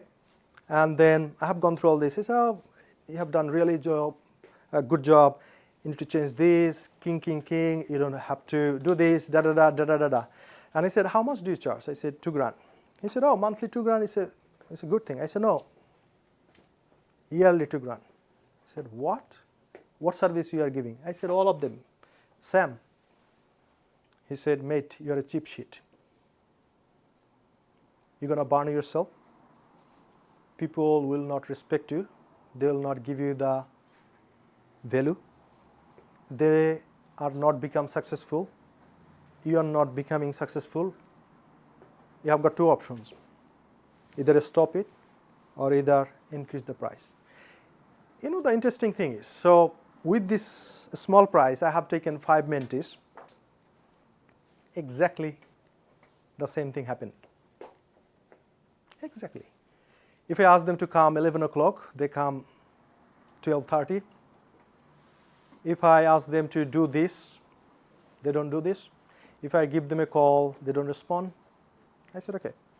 Then I said, I'm firing some mentees. So this is the term and condition. If you'd like to continue with me, that's absolutely fine. If you don't like to continue with me, please come and take the money. However, your condition is this. You need to work with us 12 months. You got to learn 80% and you have to implement 80%. At the end of the 12 months, if you don't, we're going to give you money back guarantee. However, I'm willing to. And they said, no, you have worked so much. I'm happy with this. However, I have got personal problem, da. I understood. Then after coming from the mentorship, that session, my mentor said, increase the price at least 5 times. I said, I can't do this because the audience I'm serving, they can't afford it. He said, okay, stop doing the shit. What you are doing. If you're doing for passion, do this. Don't talk to me regarding this. And he said something. He said, I learned it from Sarah Willingham. I used to do the same thing. He said, you're not alone. And I learned from the mistake. I'm giving you the advice. If you don't do it, and you are deserving yourself. What does it mean is, if you don't charge of your worth, you are devaluing yourself and you are devaluing your clients as well. I said, okay. Then we started running again the mentorship with the price point, and I thought nobody gonna buy it. Nobody. I asked my team to help them through the consultation. By the way, we're gonna give you an application form to go through this. Fill out the application form, talk with my team. It's not pressure or something else. Go through this, and if you think that this is the right thing to do, you're gonna do with us. If it's not the right thing to do, that's absolutely fine. We are here to serve you, and it's not me and my team. We'll try our best to serve you in the highest level. Anyway, so then made an offer, and someone, let's say, yes. And he said, I don't have money. Do you have any payment plan? I said, yeah, we have got a payment plan. But in the payment plan, it has to be 20% extra. And he said, yeah, I'm willing to pay it. Because 3 reasons he said. He said, I don't have any options. Number 2, I'd like to be someone else like you in the future. I'd like to be proud of myself. I'd like to do something for my family.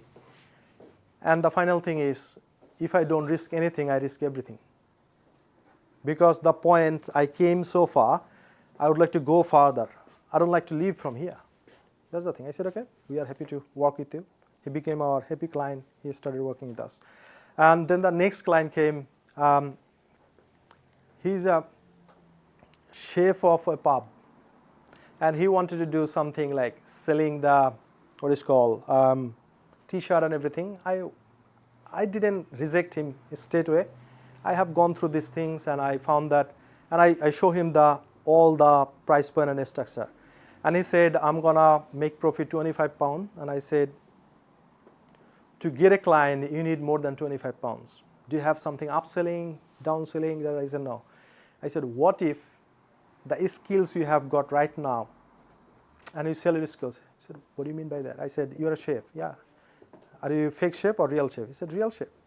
I said, what you become the private chef and help the highest clients. For example, for me, once we are running the annual conference here, we need a chef. And I'm willing to pay £1,000, 200, £2,000, and I can afford it. And he said, what if, da-da-da-da. And I said, look, if you don't charge if you're worth, nobody is going to give you the value. And he started working with us. Now we are branding and everything. And he became a private chef, and he's going to do well. So what I'm going to do is, before making the application form, I'd like to share a testimonial with you, who is a mentee. Yeah, so give me 1 second.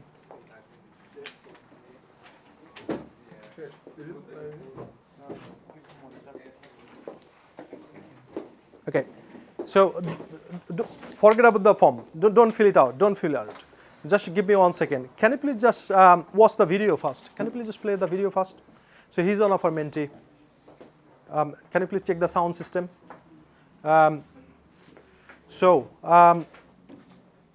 He's from Sri Lanka, and he's working in a training company, and I think he has got 9 months or something left. And he has got a kid, daughter. I think it's not even 2 months. It's less than 2 months he started working with us. So yeah, so can you please make sure the sound is working?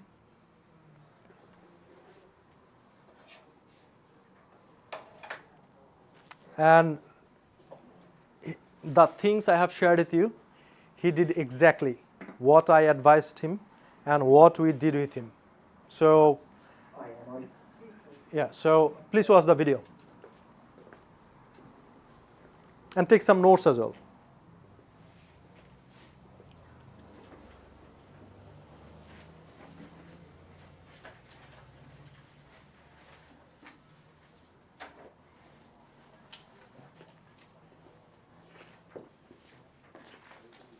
Okay, so when it is ready, just I'd like to share with you is 22,000. Do you think it's a lot of money?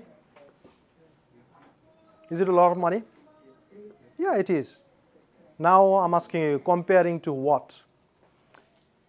If it is makes 100, 200, $250,000, $500,000, $1 million, is it a lot of money? So the question is, comparing to what? Give me 1 second. So now what we're going to do is, we're going to offer a scholarship. The scholarship is, so once you make the decision today and you sign up, we are giving you £12,000 scholarship. So it's all together. So business mentorship, legal part, and accountant, everything is 10 grand. And if you'd like to go for payment plan, is 20% extra, is 12K. So I would like to request you, first of all, watch the video first, then go through the application form, and you will be asked one by one to have a consultation with our success team. If you have got some sort of questions, you can ask them. And if you have got some sort of payment issues and everything, you can ask anything. And at the end, if you feel that this is not the right thing for us, still we are happy to help you out. And what if the people don't have 2-month visa? So how are you going to make the payment? Very good question. So his question is, so if I don't have the 12-month visa, how I'm going to do it? You don't have to. So we are taking the clients who has got around 6-month visa. So you're going to start working with our accountant, solicitor, and everything. You making the application and everything is a ongoing process. So just you keep working with us until you get the visa. And once you get the visa, you continue. That's the thing. Any more questions regarding this? If I want to start like after 2 or 3 months, will it be this price to 10,000 or? Very good question. So his question is, if I would like to start in 3 months' time, is going to be the same price? My answer is yes and no. So for example, you came to this event and we have got this price. For some reasons, you need some time to organize your finance. You can do that, but you need to put a non-refundable deposit. So once you put the deposit, it's the same price for you. But if you come in 3 months' time and if you see the different price, you can blame me. Okay? Any question? No. Any more questions? What if somebody didn't get like costs from the within the 5 months and he don't have any extra time to stay in the country, and what happened next? Like, how you can compensate with this loss? Very good question. So I'm coming back to you. So his question is, so if someone has got 5-6 month visa, making application and he doesn't get the visa, so how are you going to compensate with this? Very good question. We do not guarantee anything from home office because home office is not working for me, right? However, the best practice is if you got the expert solicitor, expert accountant, and if you do the, for example, so our team, they are helping so many PSW people to make this visa application, and most of them, they become successful, some of them they don't, and in that case, they go for the appeal. And also, we always recommend you, once you start working with us, because we are the student consultancy firm, what we do is we take 1 or 2 offers from university in case, B plan. Did you get me? Offers for like to get the admission for the studies. For extending the time. Extending the time. Yeah. For the studies. Yeah. This can be somebody else or the same person who is joined your, like, because I have my wife as well. So I have second plan to take admission for my wife, not go for myself as a student again. So that's why I'm asking. It can be somebody else for taking 2 offers or the person who is joining this course. So your question is, can my wife make application to the university? That's your question. Yeah, of course. If she meet all the requirements, Came to the country in she can. 2022, like requirements. The admission required by the university. So you want to know the requirements of university? No. I think you have some requirements, so that's why I'm asking what's the requirements.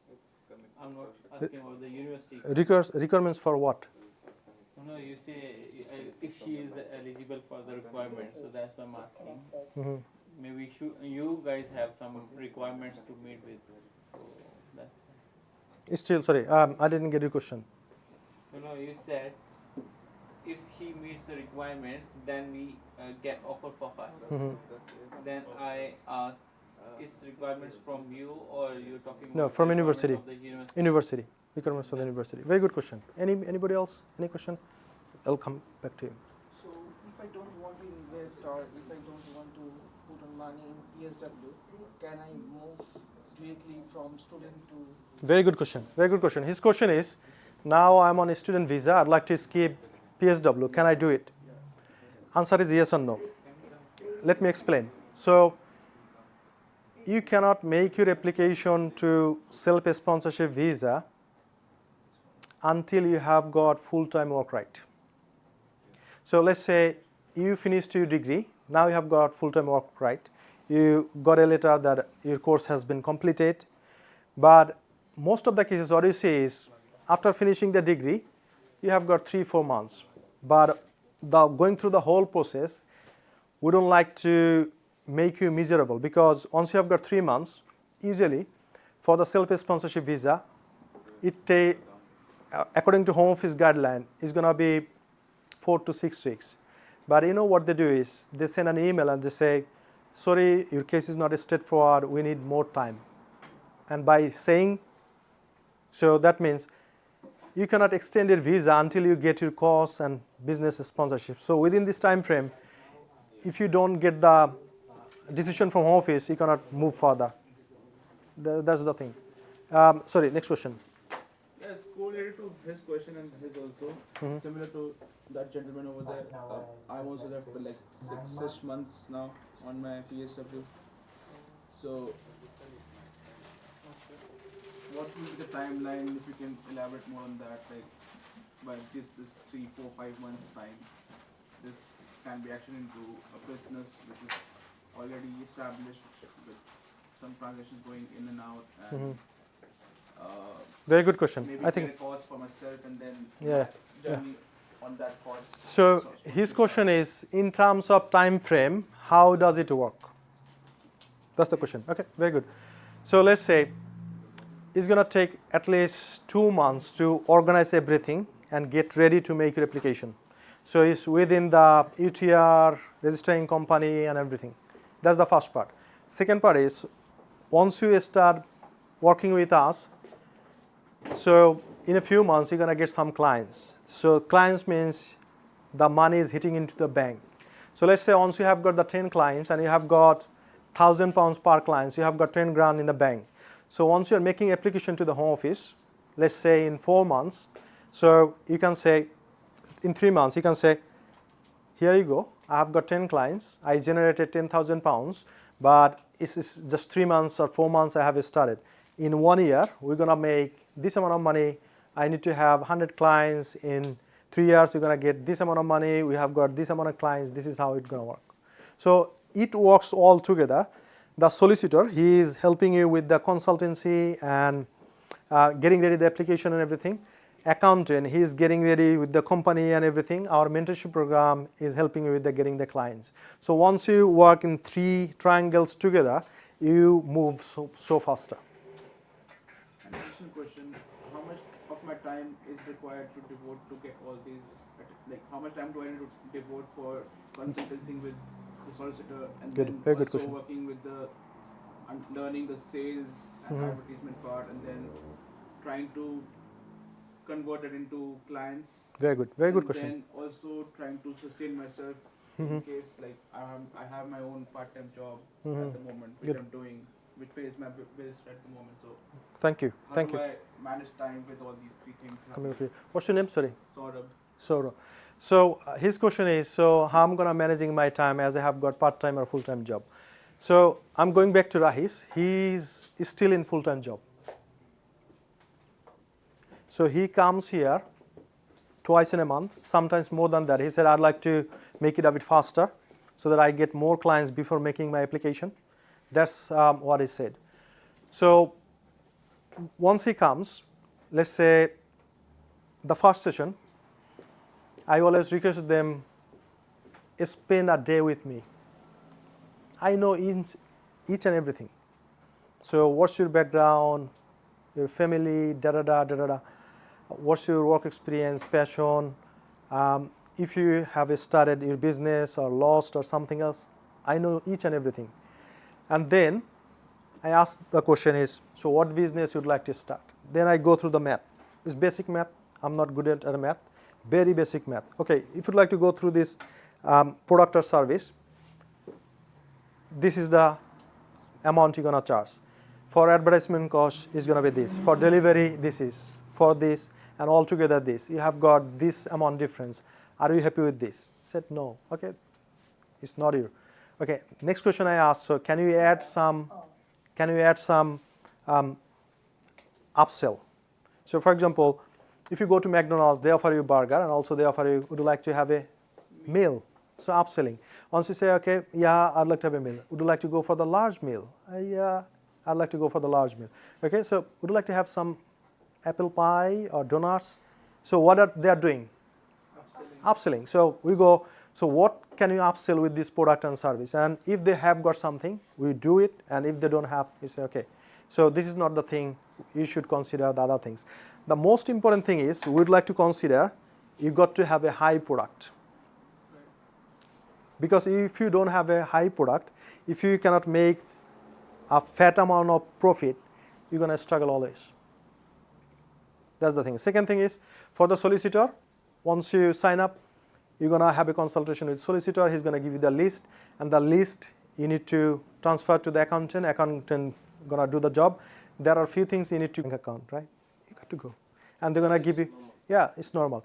And we're going to give you the pitch, because once you go to the bank, they're going to ask you, what business you are in?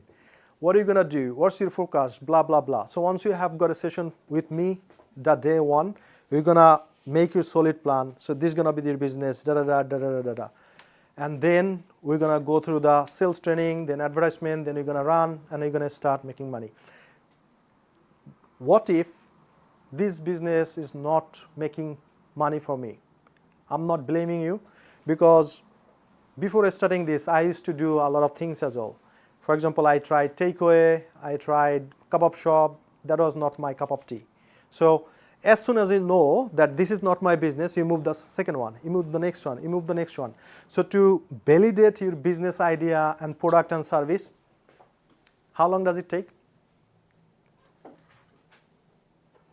Until it keeps working for you. It keeps working for you. To know whether it works or not, how long does it take? It depends on how quickly you implement, right? So let's hear from Rahis, what he says. How long did it take for him? I'll come back to you. Hi, my name is Rahis Rauf. I am originally from Sri Lanka. I came to the country in 2022 as a student and completed a master's. Right now, I am a PhD.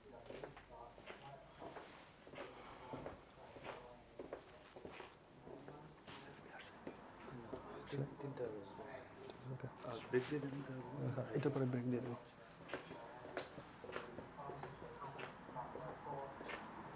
Revolves around what am I going to do to settle in the country. However, I came across this idea from hassle-free education, realizing how I could self-sponsor myself in settling in the country, which triggered me to come to their one-day workshop, which was completely for free. I attended the workshop. What they sold me was 12-month mentorship program, which helps me build a business by myself and self-sponsor myself through the business, which sparkled me and which gave like a very good idea for me. Thereafter, I started off my business. This was the hardest step for me. I had thoughts revolving around myself to start a business, but I don't know how. I wasn't sure as to how to do the business. Through this mentorship, mainly gained confident to take the first step. The first step in putting down a business plan, registering my business, covering the legal, the financial framework of a business, which was a great thing. I am now 1.5 months down the mentorship program. Right now, I feel very confident than I was before starting the program. The best part about the program is that the mentorship I received from Mr. Habib, like the one-to-one chat I usually have with him in every session I come here, he gives me immense knowledge about business, how a person should think, the values the person should carry. About that, the team here at Hassle-Free Education is very helpful, from the sales team who helps me with the sales calls, from the digital team, the creative team, and all of them. They've been very supportive to me getting achieving forward. One of the best part about this mentorship program is the access to the resources. For example, let's say they not only teach you how to make a sales call, but they sit with you, give you the hands-on experience. And one of the best experience I got is to call their clientele in person and have that hands-on experience, plus the resources in terms of digital and creative bit. So let's say I want to make a video for myself to advertise my business in the social media. The best access I could get is from their creative team. They have their own equipments, they have their own creative team to do the color grading, to edit the video, to teach me about how videography works in general. It was amazing. Also, resources like running a campaign by myself, which I've never experienced before. So the mentorship program includes how digital marketing campaign is being run on social media. So all of these resources together, I am myself. I might have to break my head and think, how am I going to do this? How am I going to find the video for? How am I going to improve my sales techniques, the marketing techniques? How am I going to find find a web designer, a web developer to do these things. So this mentorship program in total is basically a wonderful package which comes with finance, legal, creative, sales, marketing, you name it, the total package of a business what you can expect. So I'm very confident that I'm going to end up very successful, and there's a lot more to go. The investment for the whole mentorship program was £12,000. It was a question mark before I made the decision, but considering that I start a business and then I roll up the business, the amount of income I could generate, the profit I could generate, the £12,000 is not actually a big deal. So the £12,000 was a huge amount when I thought first, but they also have a monthly payment plan which made my life very easy. So I sort of pay monthly as I run through my business, which makes me easy. When I find my first lead, second lead, I can pay back the monthly amount. So it's not a huge lump sum. I'm investing with a risk, but it's more about a payment plan where I could put my money in an installment basis while I'm doing my business. So it's basically a win-win situation. The £12,000 I invest, when I look at it at once, it's going to be a massive amount, but the return I get once I get the first, second leads, the income I get through those leads is going to cover the whole cost of this mentorship program. So whatever I generate afterwards is basically my income or my profit of the business. After I sponsor myself, I've got a business by myself, then going to a 9-to-5 job again, trapping myself into the next 5 years. I will have the freedom of running my business by myself, being an independent entrepreneur. That's the confidence I think I've gained through this mentorship program. So looking forward for all the exciting things the mentorship program has to offer me, and looking forward for all the team members to support me in being successful. See you in the next video. Hello everyone, Rahis here again. I'm here to give you guys a quick update about the limited company which I've started, and the update is going to be basically good news for me and a lot of people who are looking at this video. It is that it's been close to a month and a half since I've started my business, and with the help of hassle-free education, I've managed to do my videos and run a campaign on social media with the help of the resources. And the good news is that after the campaign, it has been successful for me. I've got through 4 leads on the first 2 days, out of which 1 lead has been converted into a client. Basically, my first ever client for the business came in no time, came in less than 1.5 months. I am very much delighted about this, and looking forward to have more clients, more success stories, and I'll keep you guys updated in the journey. Thank you very much and have a great day. Put your hands together for Rahis. Thank you. So we have got so many clients and testimonial. We would like to share with you a little bit one by one. So how many of you are here would like to see something within 1.5 months? Please raise your hand. I'd like to see. How many? Yeah, pretty much everyone. Okay. So what is said? Just imagine. He said, We got 9 months left. yeah, 9 months left. Got it? And also what he said? He said 12 months was a big question for me. Then, anyway, he jumped in, and then We have earned something, and that will cover the cost. so if he could generate, it's going to cover his cost. And then less than 2 months, he got his First client converted. first client, and his client is worth of £1,000. So what he needs to do is, he needs to just keep doing whatever he is doing. Got it? So now, I'd like to ask you a question. So this is a piece of paper. What's the value of this? Sorry, how much? 20 pound. Are you sure? Yeah. 20 pound. So if I ask you, this paper has got value 20 pound, how many of you are willing to take this paper with a 10 pound nose? Huh?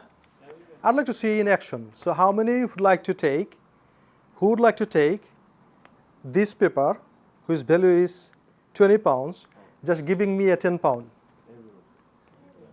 Okay, so I'd like to see in action. I'd like to see in action.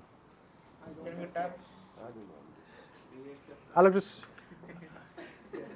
see in action. So you need to come. You need to come. So who would like to take this 20 pound notes, giving me 10 pounds? I'd like to see in action.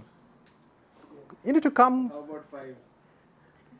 I only have 5. So you need to come. You need to come here. I'd like to see. Are you afraid? I'd like to see who would like to take this paper. I'd like to see. Is this real? Yeah, that's a very good question. Very good question. What's your name? Azizur Rahman. Give a hand for Azizur Rahman. Here you go. Thank you. Thank you. Take your seat. Take your seat. Now, if I ask you, what's the value of this note? Sorry? 10 pound. If I ask you, who would like to take this piece of paper giving me 5 pound? Who is the action taker? I have 5 pound as well. I'd like to see who come first and who would like to take this. I'd like to see. Action taker. Here you go. What's your name? Saurabh. Saurabh. Give a hand for Saurabh. Now, what's the piece of paper value? 5 pound. Sorry? 5 pound. 5 pound. So, who would like to give me a pound and take this piece of paper? I'd like to see. I'd like to, you need to come. You need to run. You need to come. Who is coming first? I'd like to see. I'd like to see. Yeah. Thank you. What's your name, ma'am? My name is Sabina. Sabina. Thank you. Put your hands together for Sabina. Good. What's the value of this tiny thing? Pound. Who would like to take it? Just take it. Who would like to take it? I'd like to see the action, in action. I'd like to see. Who would like to come or take a pound? Just I'd like to see. Okay, thank you. What's your name? Emni Hasanujjaman. Hasanujjaman. Give a hand for Hasanujjaman. So, this happens in real life. When I show 20 pound notes, please raise your hand if you have seen the value of that paper is 20 pounds. Raise your hand. How many? Yeah, it's 20 pounds. It's 20 pounds. But he asked me a question, is it fake or real? In real life, it happens. Yeah. It happens. Then, you have seen the value, and I said, I'd like to see in action. So, out of like 18, 20 people, how many took action first time? One. Once you are in positive mind, you see this kind of opportunity. And probably some of you think, I had a tenner in my wallet. I could take. I was thinking he was joking, he was kidding, playing around, but it was the real thing. And you missed the opportunity. You missed the opportunity. Second time, I showed you a piece of paper and value was 10 pound. And I said, who would like to exchange it with a 5 pound? Have you seen the opportunity second time? Please raise your hand. Yes. Yeah. But have you taken the action? No, you missed the opportunity. Then I said, who would like to exchange it with a pound? Have you seen the opportunity? You have seen. But you didn't take action. So first time, so he gave me a tenner and he took this piece of paper. What was his ROI, return on investment? 100%. 100%. Right. Second time? 100%. Third time? Infinite. So he doesn't do any investment and he got the pound is infinity. That's happening in our real life. Think for a moment. How many opportunity you just missed?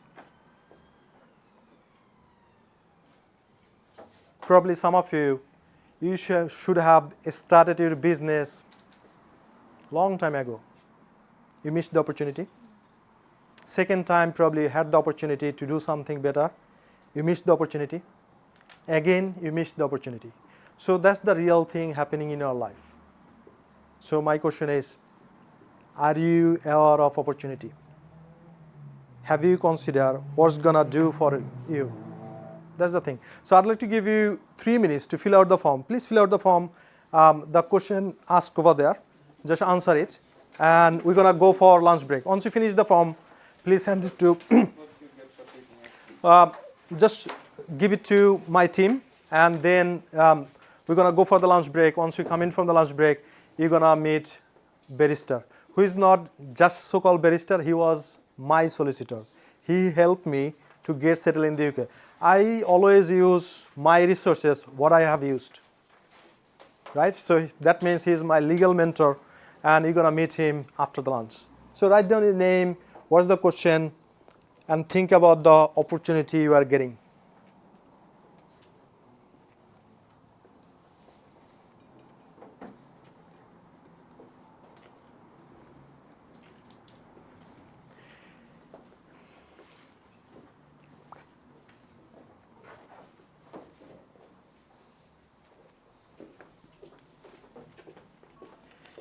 Have you got the any ground testimonial?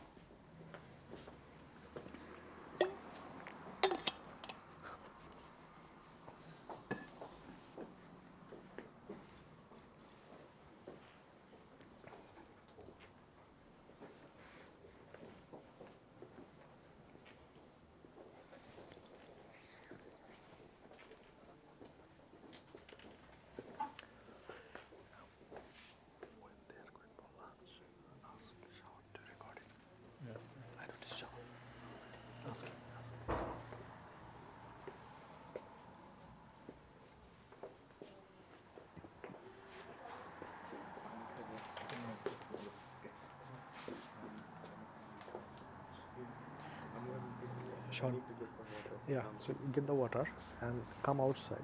Just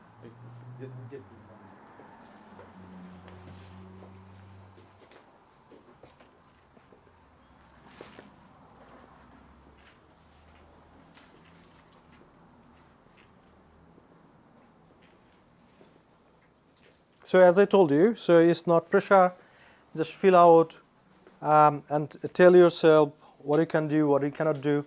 Probably our team expert, probably they have got some sort of solution for you. So you never get if you never ask.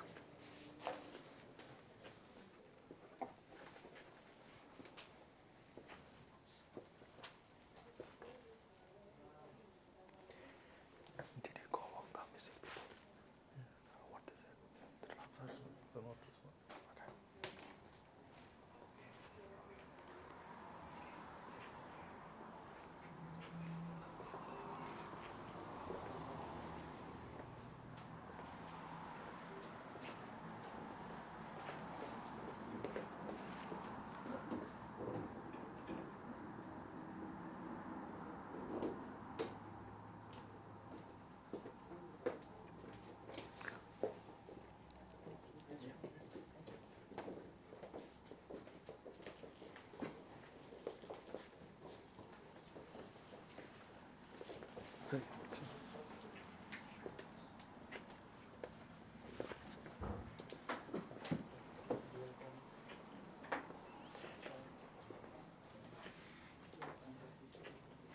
So we're gonna go to break in 2 minutes time. Just quickly, just fill out the form, please. And if you fill up, just raise your hand. My team will collect your form. Can you please collect the form? And just I'd like to share one more testimonial. So just hear her what she is saying.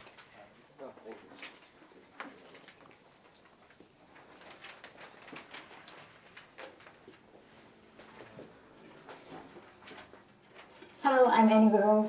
I'm also one of the students from Higher Education Self-Sponsorship. Actually, I studied mentorship class first when I stumbled on the Mr. Harvey self-sponsorship video from the YouTube. Then I went for the webinar class, which was absolutely free.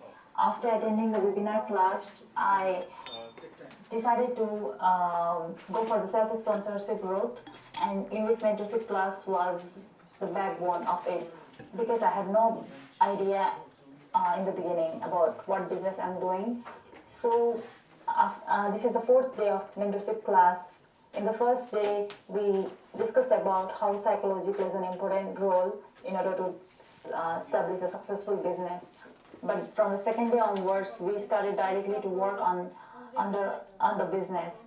As I didn't had any idea, Mr. Habib looked individually for on each student and started to find out what works best, which business idea would work the best. So then on the third class, we started to work on our marketing script, and today is the fourth day, so we have already started running our marketing campaign. So there are a lot of things that expectations that I've gained from the mentorship class within this 12 months period. So I would absolutely recommend all of you to join mentorship class. Okay.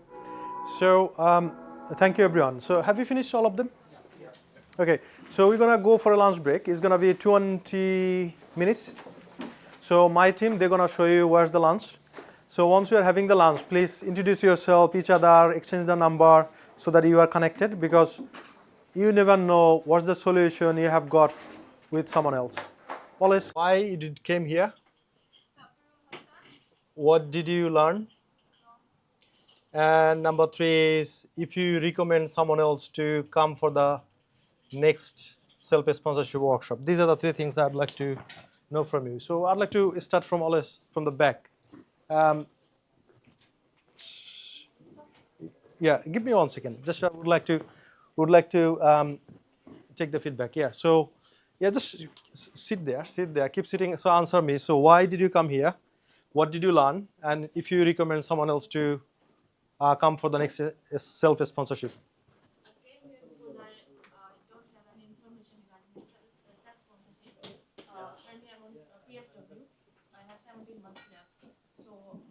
I think so. I have enough time to get into this as sponsorship and all the process. And I learned before procedure, like how to start a business and how to run it. And I will recommend my 2 friends who are on PSW. And are you 100% satisfied? What you expected you're gonna provide? Did you provide? Yeah. And any more suggestion or advice to improve it? Anything? Anything is missing from our part? I don't think so. Put your hands together. Put everybody's hands together for her. Nice feedback from you. I came here for this workshop because I don't have knowledge about self-sponsorship route. And currently I am in student visa, and I do not live for PSW. That's why after I applied for PSW visa, I will go through this route, and I get 100% from this workshop. Thank you. Thank you. Put your hands together. Very nice.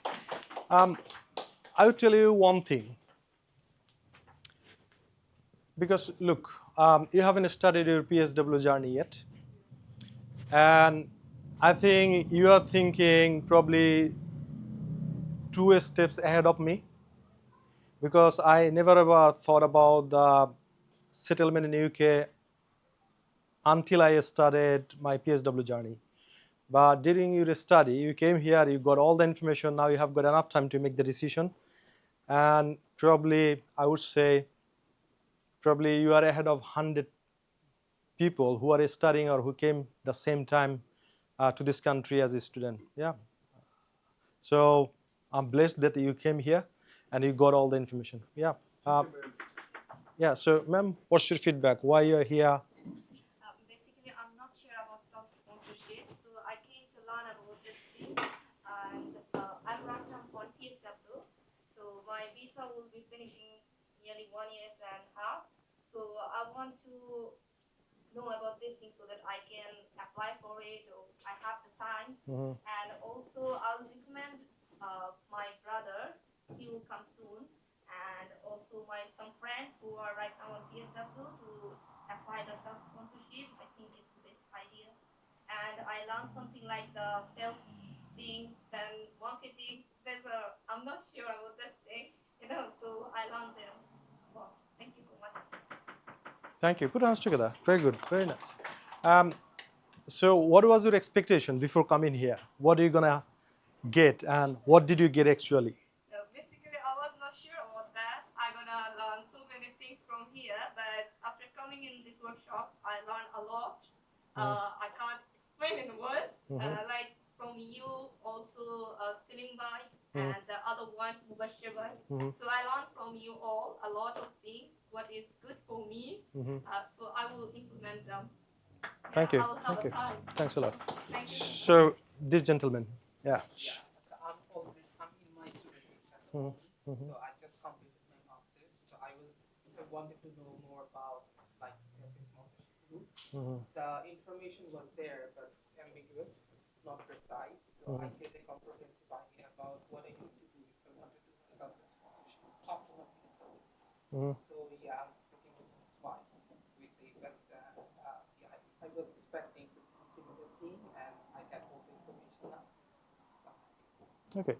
And the next question is, so you invested your time, you invested your money. Have you got 100% return? of course, like I invested on only a pound, and the return is more than that. Do you think this is the best ever investment in your life you did today? Yes. Do you feel like this way? Because the food is more than a pound. Thank you. Put hands together for him. Thank you. Thank you. Yeah. So what we try to do is, whatever we promise, we try to over deliver. Okay, I am pretty agree with him because I also have the same experience. I am on a student visa now, Mhm. and probably I will start my PSW in January 2026. Mhm. So I have a lot of time. So actually, I came here to learn how the self-sponsorship works, Mhm. and I believe I get the answer. Mhm. So with this information, I can plan my journey ahead Mhm. Mhm. when I start my PSW. So everything is clear. Can you see now where I'm right now, and I'd like to there. So what should be my journey? Is it clear? Everything? Okay, excellent. Put your hands together for him. What about you, sir? Yeah, I'm now on PSW. I have left 17 months. So at first I don't know about the sponsorship visa. Mhm. Now everything is clear because I got like a packets from here, Mhm. just like a mentor, Mhm. and another solicitor, Mhm. and also accountants. So I got everything from one package. Mhm. So from here, this workshop. So if I go to separately 3 places, Mhm. so I got everything from here. It's really nice system, and I'm very happy to meet with you with hassle free.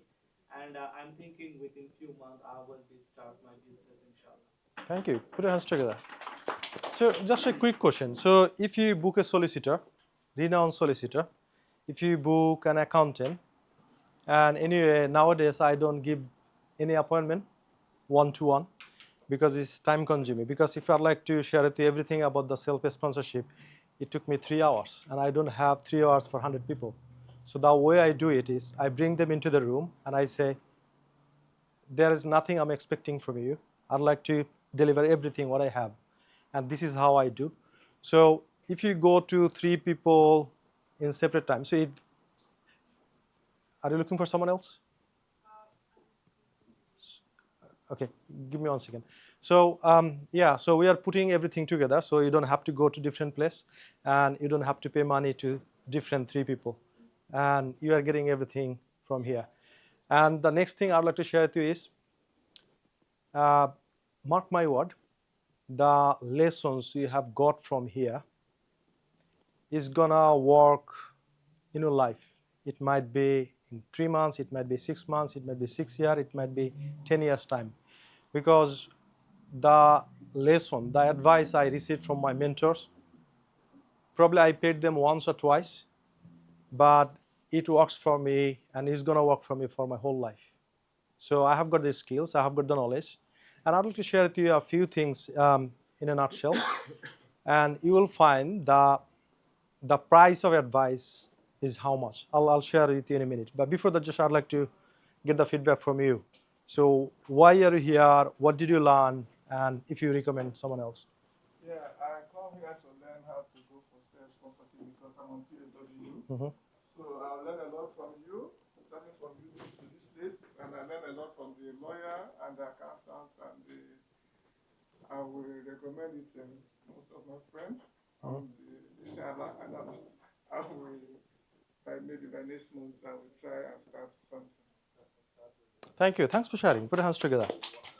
What about you, sir? Yeah, actually, I would like to learn how it works. If someone have only 5 months, can you help them? Yes, yes, but he has to be very quick. I said, if it works, you have to start now. Yeah, yeah, yeah. So next week we're gonna send him to the solicitor.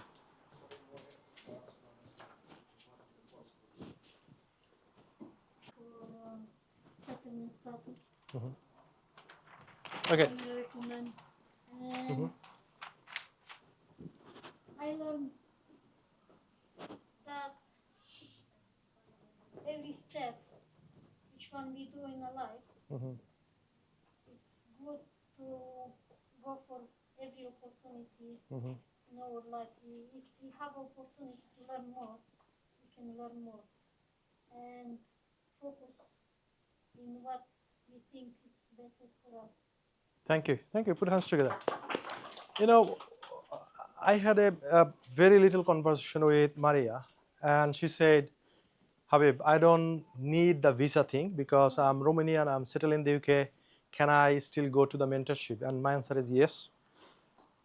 And I was thinking a lot because when you are starting your company and everything, you need a authorizing officer. So still I'm building the funnel and I'm writing the script. So we're gonna run a workshop for the settled people who are in the UK and who would like to start their business or probably in a small right now, they would like to grow. What's gonna happen is, so I'm gonna merge the self-sponsorship and the local business owners so that they can be your partner and they can help you become in the authorizing officer, and you don't have to go somewhere else and give a lot of money or something else for the self-sponsorship. That's what I'm thinking. Yeah, so we have scripted the funnel. We started working with this, and probably in future you will see I'm targeting the local people, so who would like to start their business. The only purpose is to merge both group together so that they win together. That's the only thing. Okay. The thing I wanted to share with you is, okay, before that, I'd like to request my team to shut up the camera, right? And if you are recording semi-right, semi-wrong, these are the things. So in that case, what you can do is later on you can make it right. And as I mentioned in the morning, so when I was driving down here, one of the lady called me and she said, I have got 2 months left. And my employer, he promised me to the sponsorship and everything, and the last minute he said he can't do it. And now she's screwed up. So why I'm saying this time and again is, whatever the time you have got, utilize it perfectly. Just utilize it perfectly. Take the action and decision ahead so that at the last minute, you're not messed up. Okay. So before wrapping up, is there any final questions you have got? No? Okay. I'm gonna come to you. And before that, can you please just open your phone? I know you haven't checked your phone for a long time. Yeah, and go to your Facebook, please. Facebook. And search for PSW to ILR. Just search for PSW to ILR.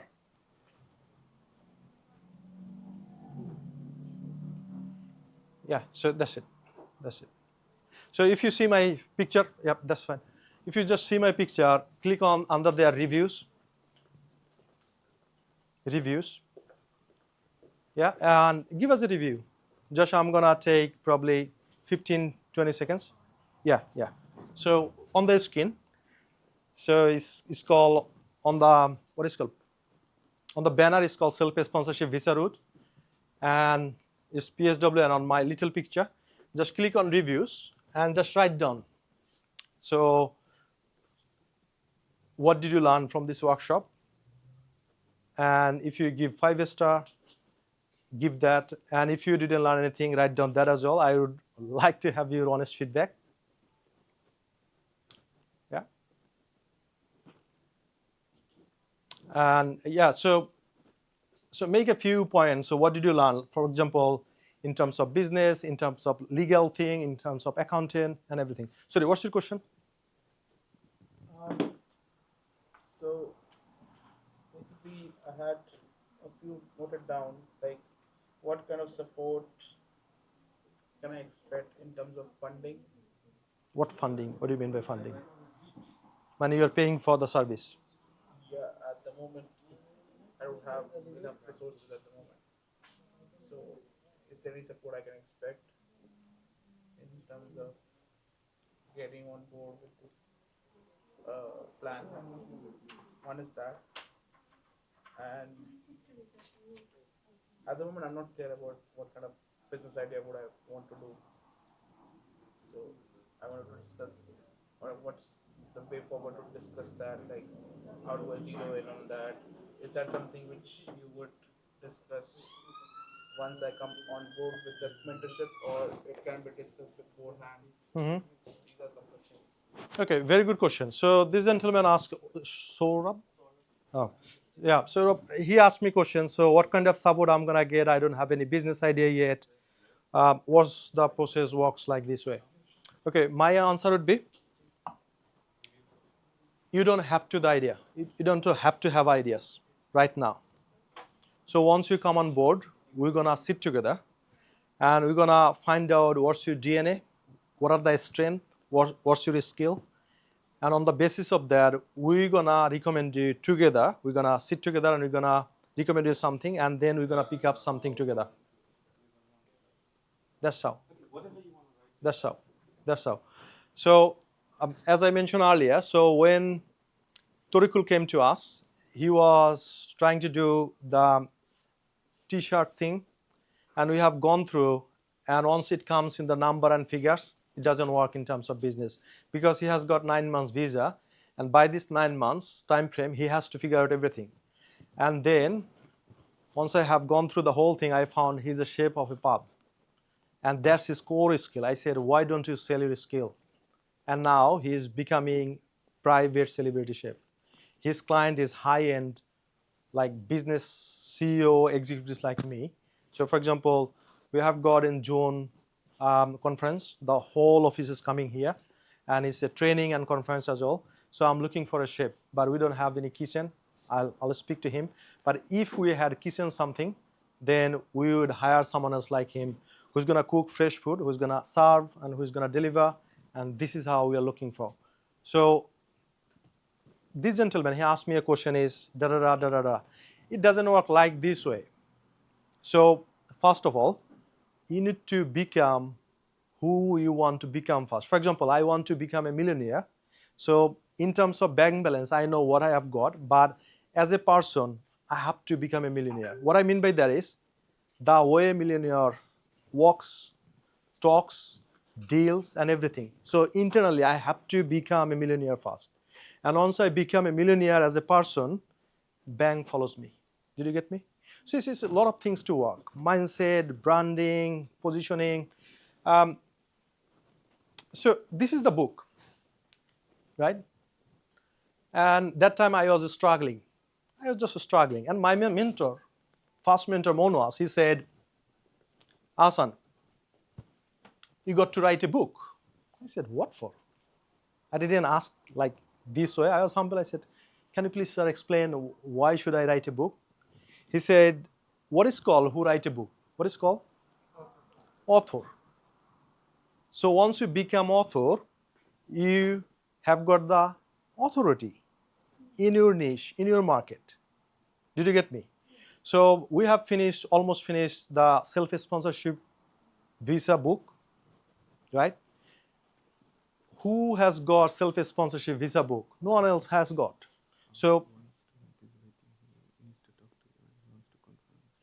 okay, give me 5 seconds, 5 minutes, okay? So now, all you got to do is I got to be authority. So then I said, what would be the subject matter? He said, why don't you write your biography? And in this book, if you go on through this, Amazon is available. 2019, I wrote in that book myself that I'm gonna have a house in Scotland, beautiful house on the hill, da da da da da. And unfortunately, I didn't have any house in Scotland, but I have got 3 houses in different places. Did you get me? So once you write something, and if you work on it, you're gonna meet anyway. For some people, it's gonna take 6 months, a year, 5 years, 10 years. But once you write it, you're gonna get there. So I think you have written a couple of things on your notebook. Please don't lose it. You have written what are you gonna do in 3 steps. So if you haven't written it, once you go home, go through this whole thing, write it down, and keep somewhere else, safe. And at the end of 12 months, 2 years, 5 years, you will see it becomes your reality. I'll tell you another story. So my mentor, he asked me, this is a very important lesson. My mentor, he asked me, what car you'd like to drive in the future? I said, Range Rover. That time I was struggling to pay my rent, £150 on the top of Ponchakona restaurant at Whitechapel. And he said, Habib, if you'd like to do this, all you got to do is, you need to call Range Rover dealership. I said, for what? He said, book a test driving. I said, why? He said, human being, the psychology, this is how it works. So once you start driving the Range Rover, test driving, in your subconscious mind is going to be stick to, and always is going to chase you, do something so that you can drive Range Rover. Do something, you can drive Range Rover. I said, okay. What do you think? What I did? What I did? I did the test drive. And it was new car. I was very scared. If I hit someone else, it's like £1,000 car, da da da da da da. Anyway, then I came back. There was an assistant over there. I said, what do you think the car? I said, it smells nice, leather seat, open the door, it's like light when you step in. So there is no stick or something else, it's like a button. It's a D for driving, P for car, R for reverse, okay? So what do you think? I said, yeah, I'm gonna buy one day. And he said, what do you mean one day? Not today. And I said, okay, I need to do the, figure it out, finance and everything, but I love the car. Of course, I'll buy one day. I came home, and after doing that test drive, so that time I was driving, first my car was Toyota Corolla, 750 pounds, then Honda Jazz, 1500 pounds, then Nissan Qashqai, then what is called Passat. But all the cars I drove in my life, when I was watching the Range Rover, I was starting, there is a Range Rover, there is a Range Rover. And sometimes my wife said, you become crazy. I said, I love this car. I'm not sure when I'm gonna buy it. However, probably 3-4 years ago, so before the Eid, I said, okay, I think this is time to give me a gift. I went there, and my mentor said, da da da da da da, do this, don't go for this, do this. It was 25,000 miles on the dashboard. Drives nice, smell nice. Paid the money, came home on it day in the morning. I said, okay, I did it.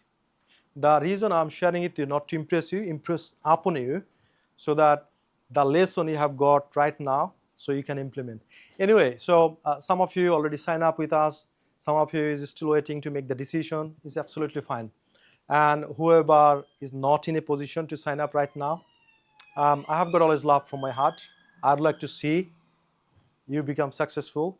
And once you become, without having the mentorship program from us, shoot me a video or something else once you become in 1 year, 2 year, 3 years that I join your program. And yeah, that helped me, that worked for me. And this is how I became who I am today. Okay? Okay. Thank you, everyone. Again, put your hands together for yourself for investing time. Thank you. Thank you. Thank you. Yeah, so if you have got any questions, you can wait for me. Okay, so we are about to finish. And now I'd like to take some feedback before finishing. And before that, do you have any questions at all? Any questions at all? Any questions at all? Sorry. Okay, so how many of you are still left? You haven't done the consultation and you're waiting for that. Please raise your hand and let me see. So you haven't done.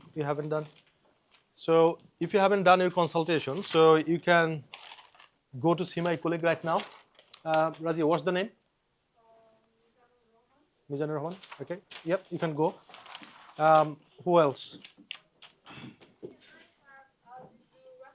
Azur Rahman is here. Yeah. Have you done your consultation? No. Okay, you can go now. Okay, so before starting, I promised you that we're gonna give you everything about the self-sponsorship. Have you got it? Yes. Happy with that? More than happy. More than happy? Okay.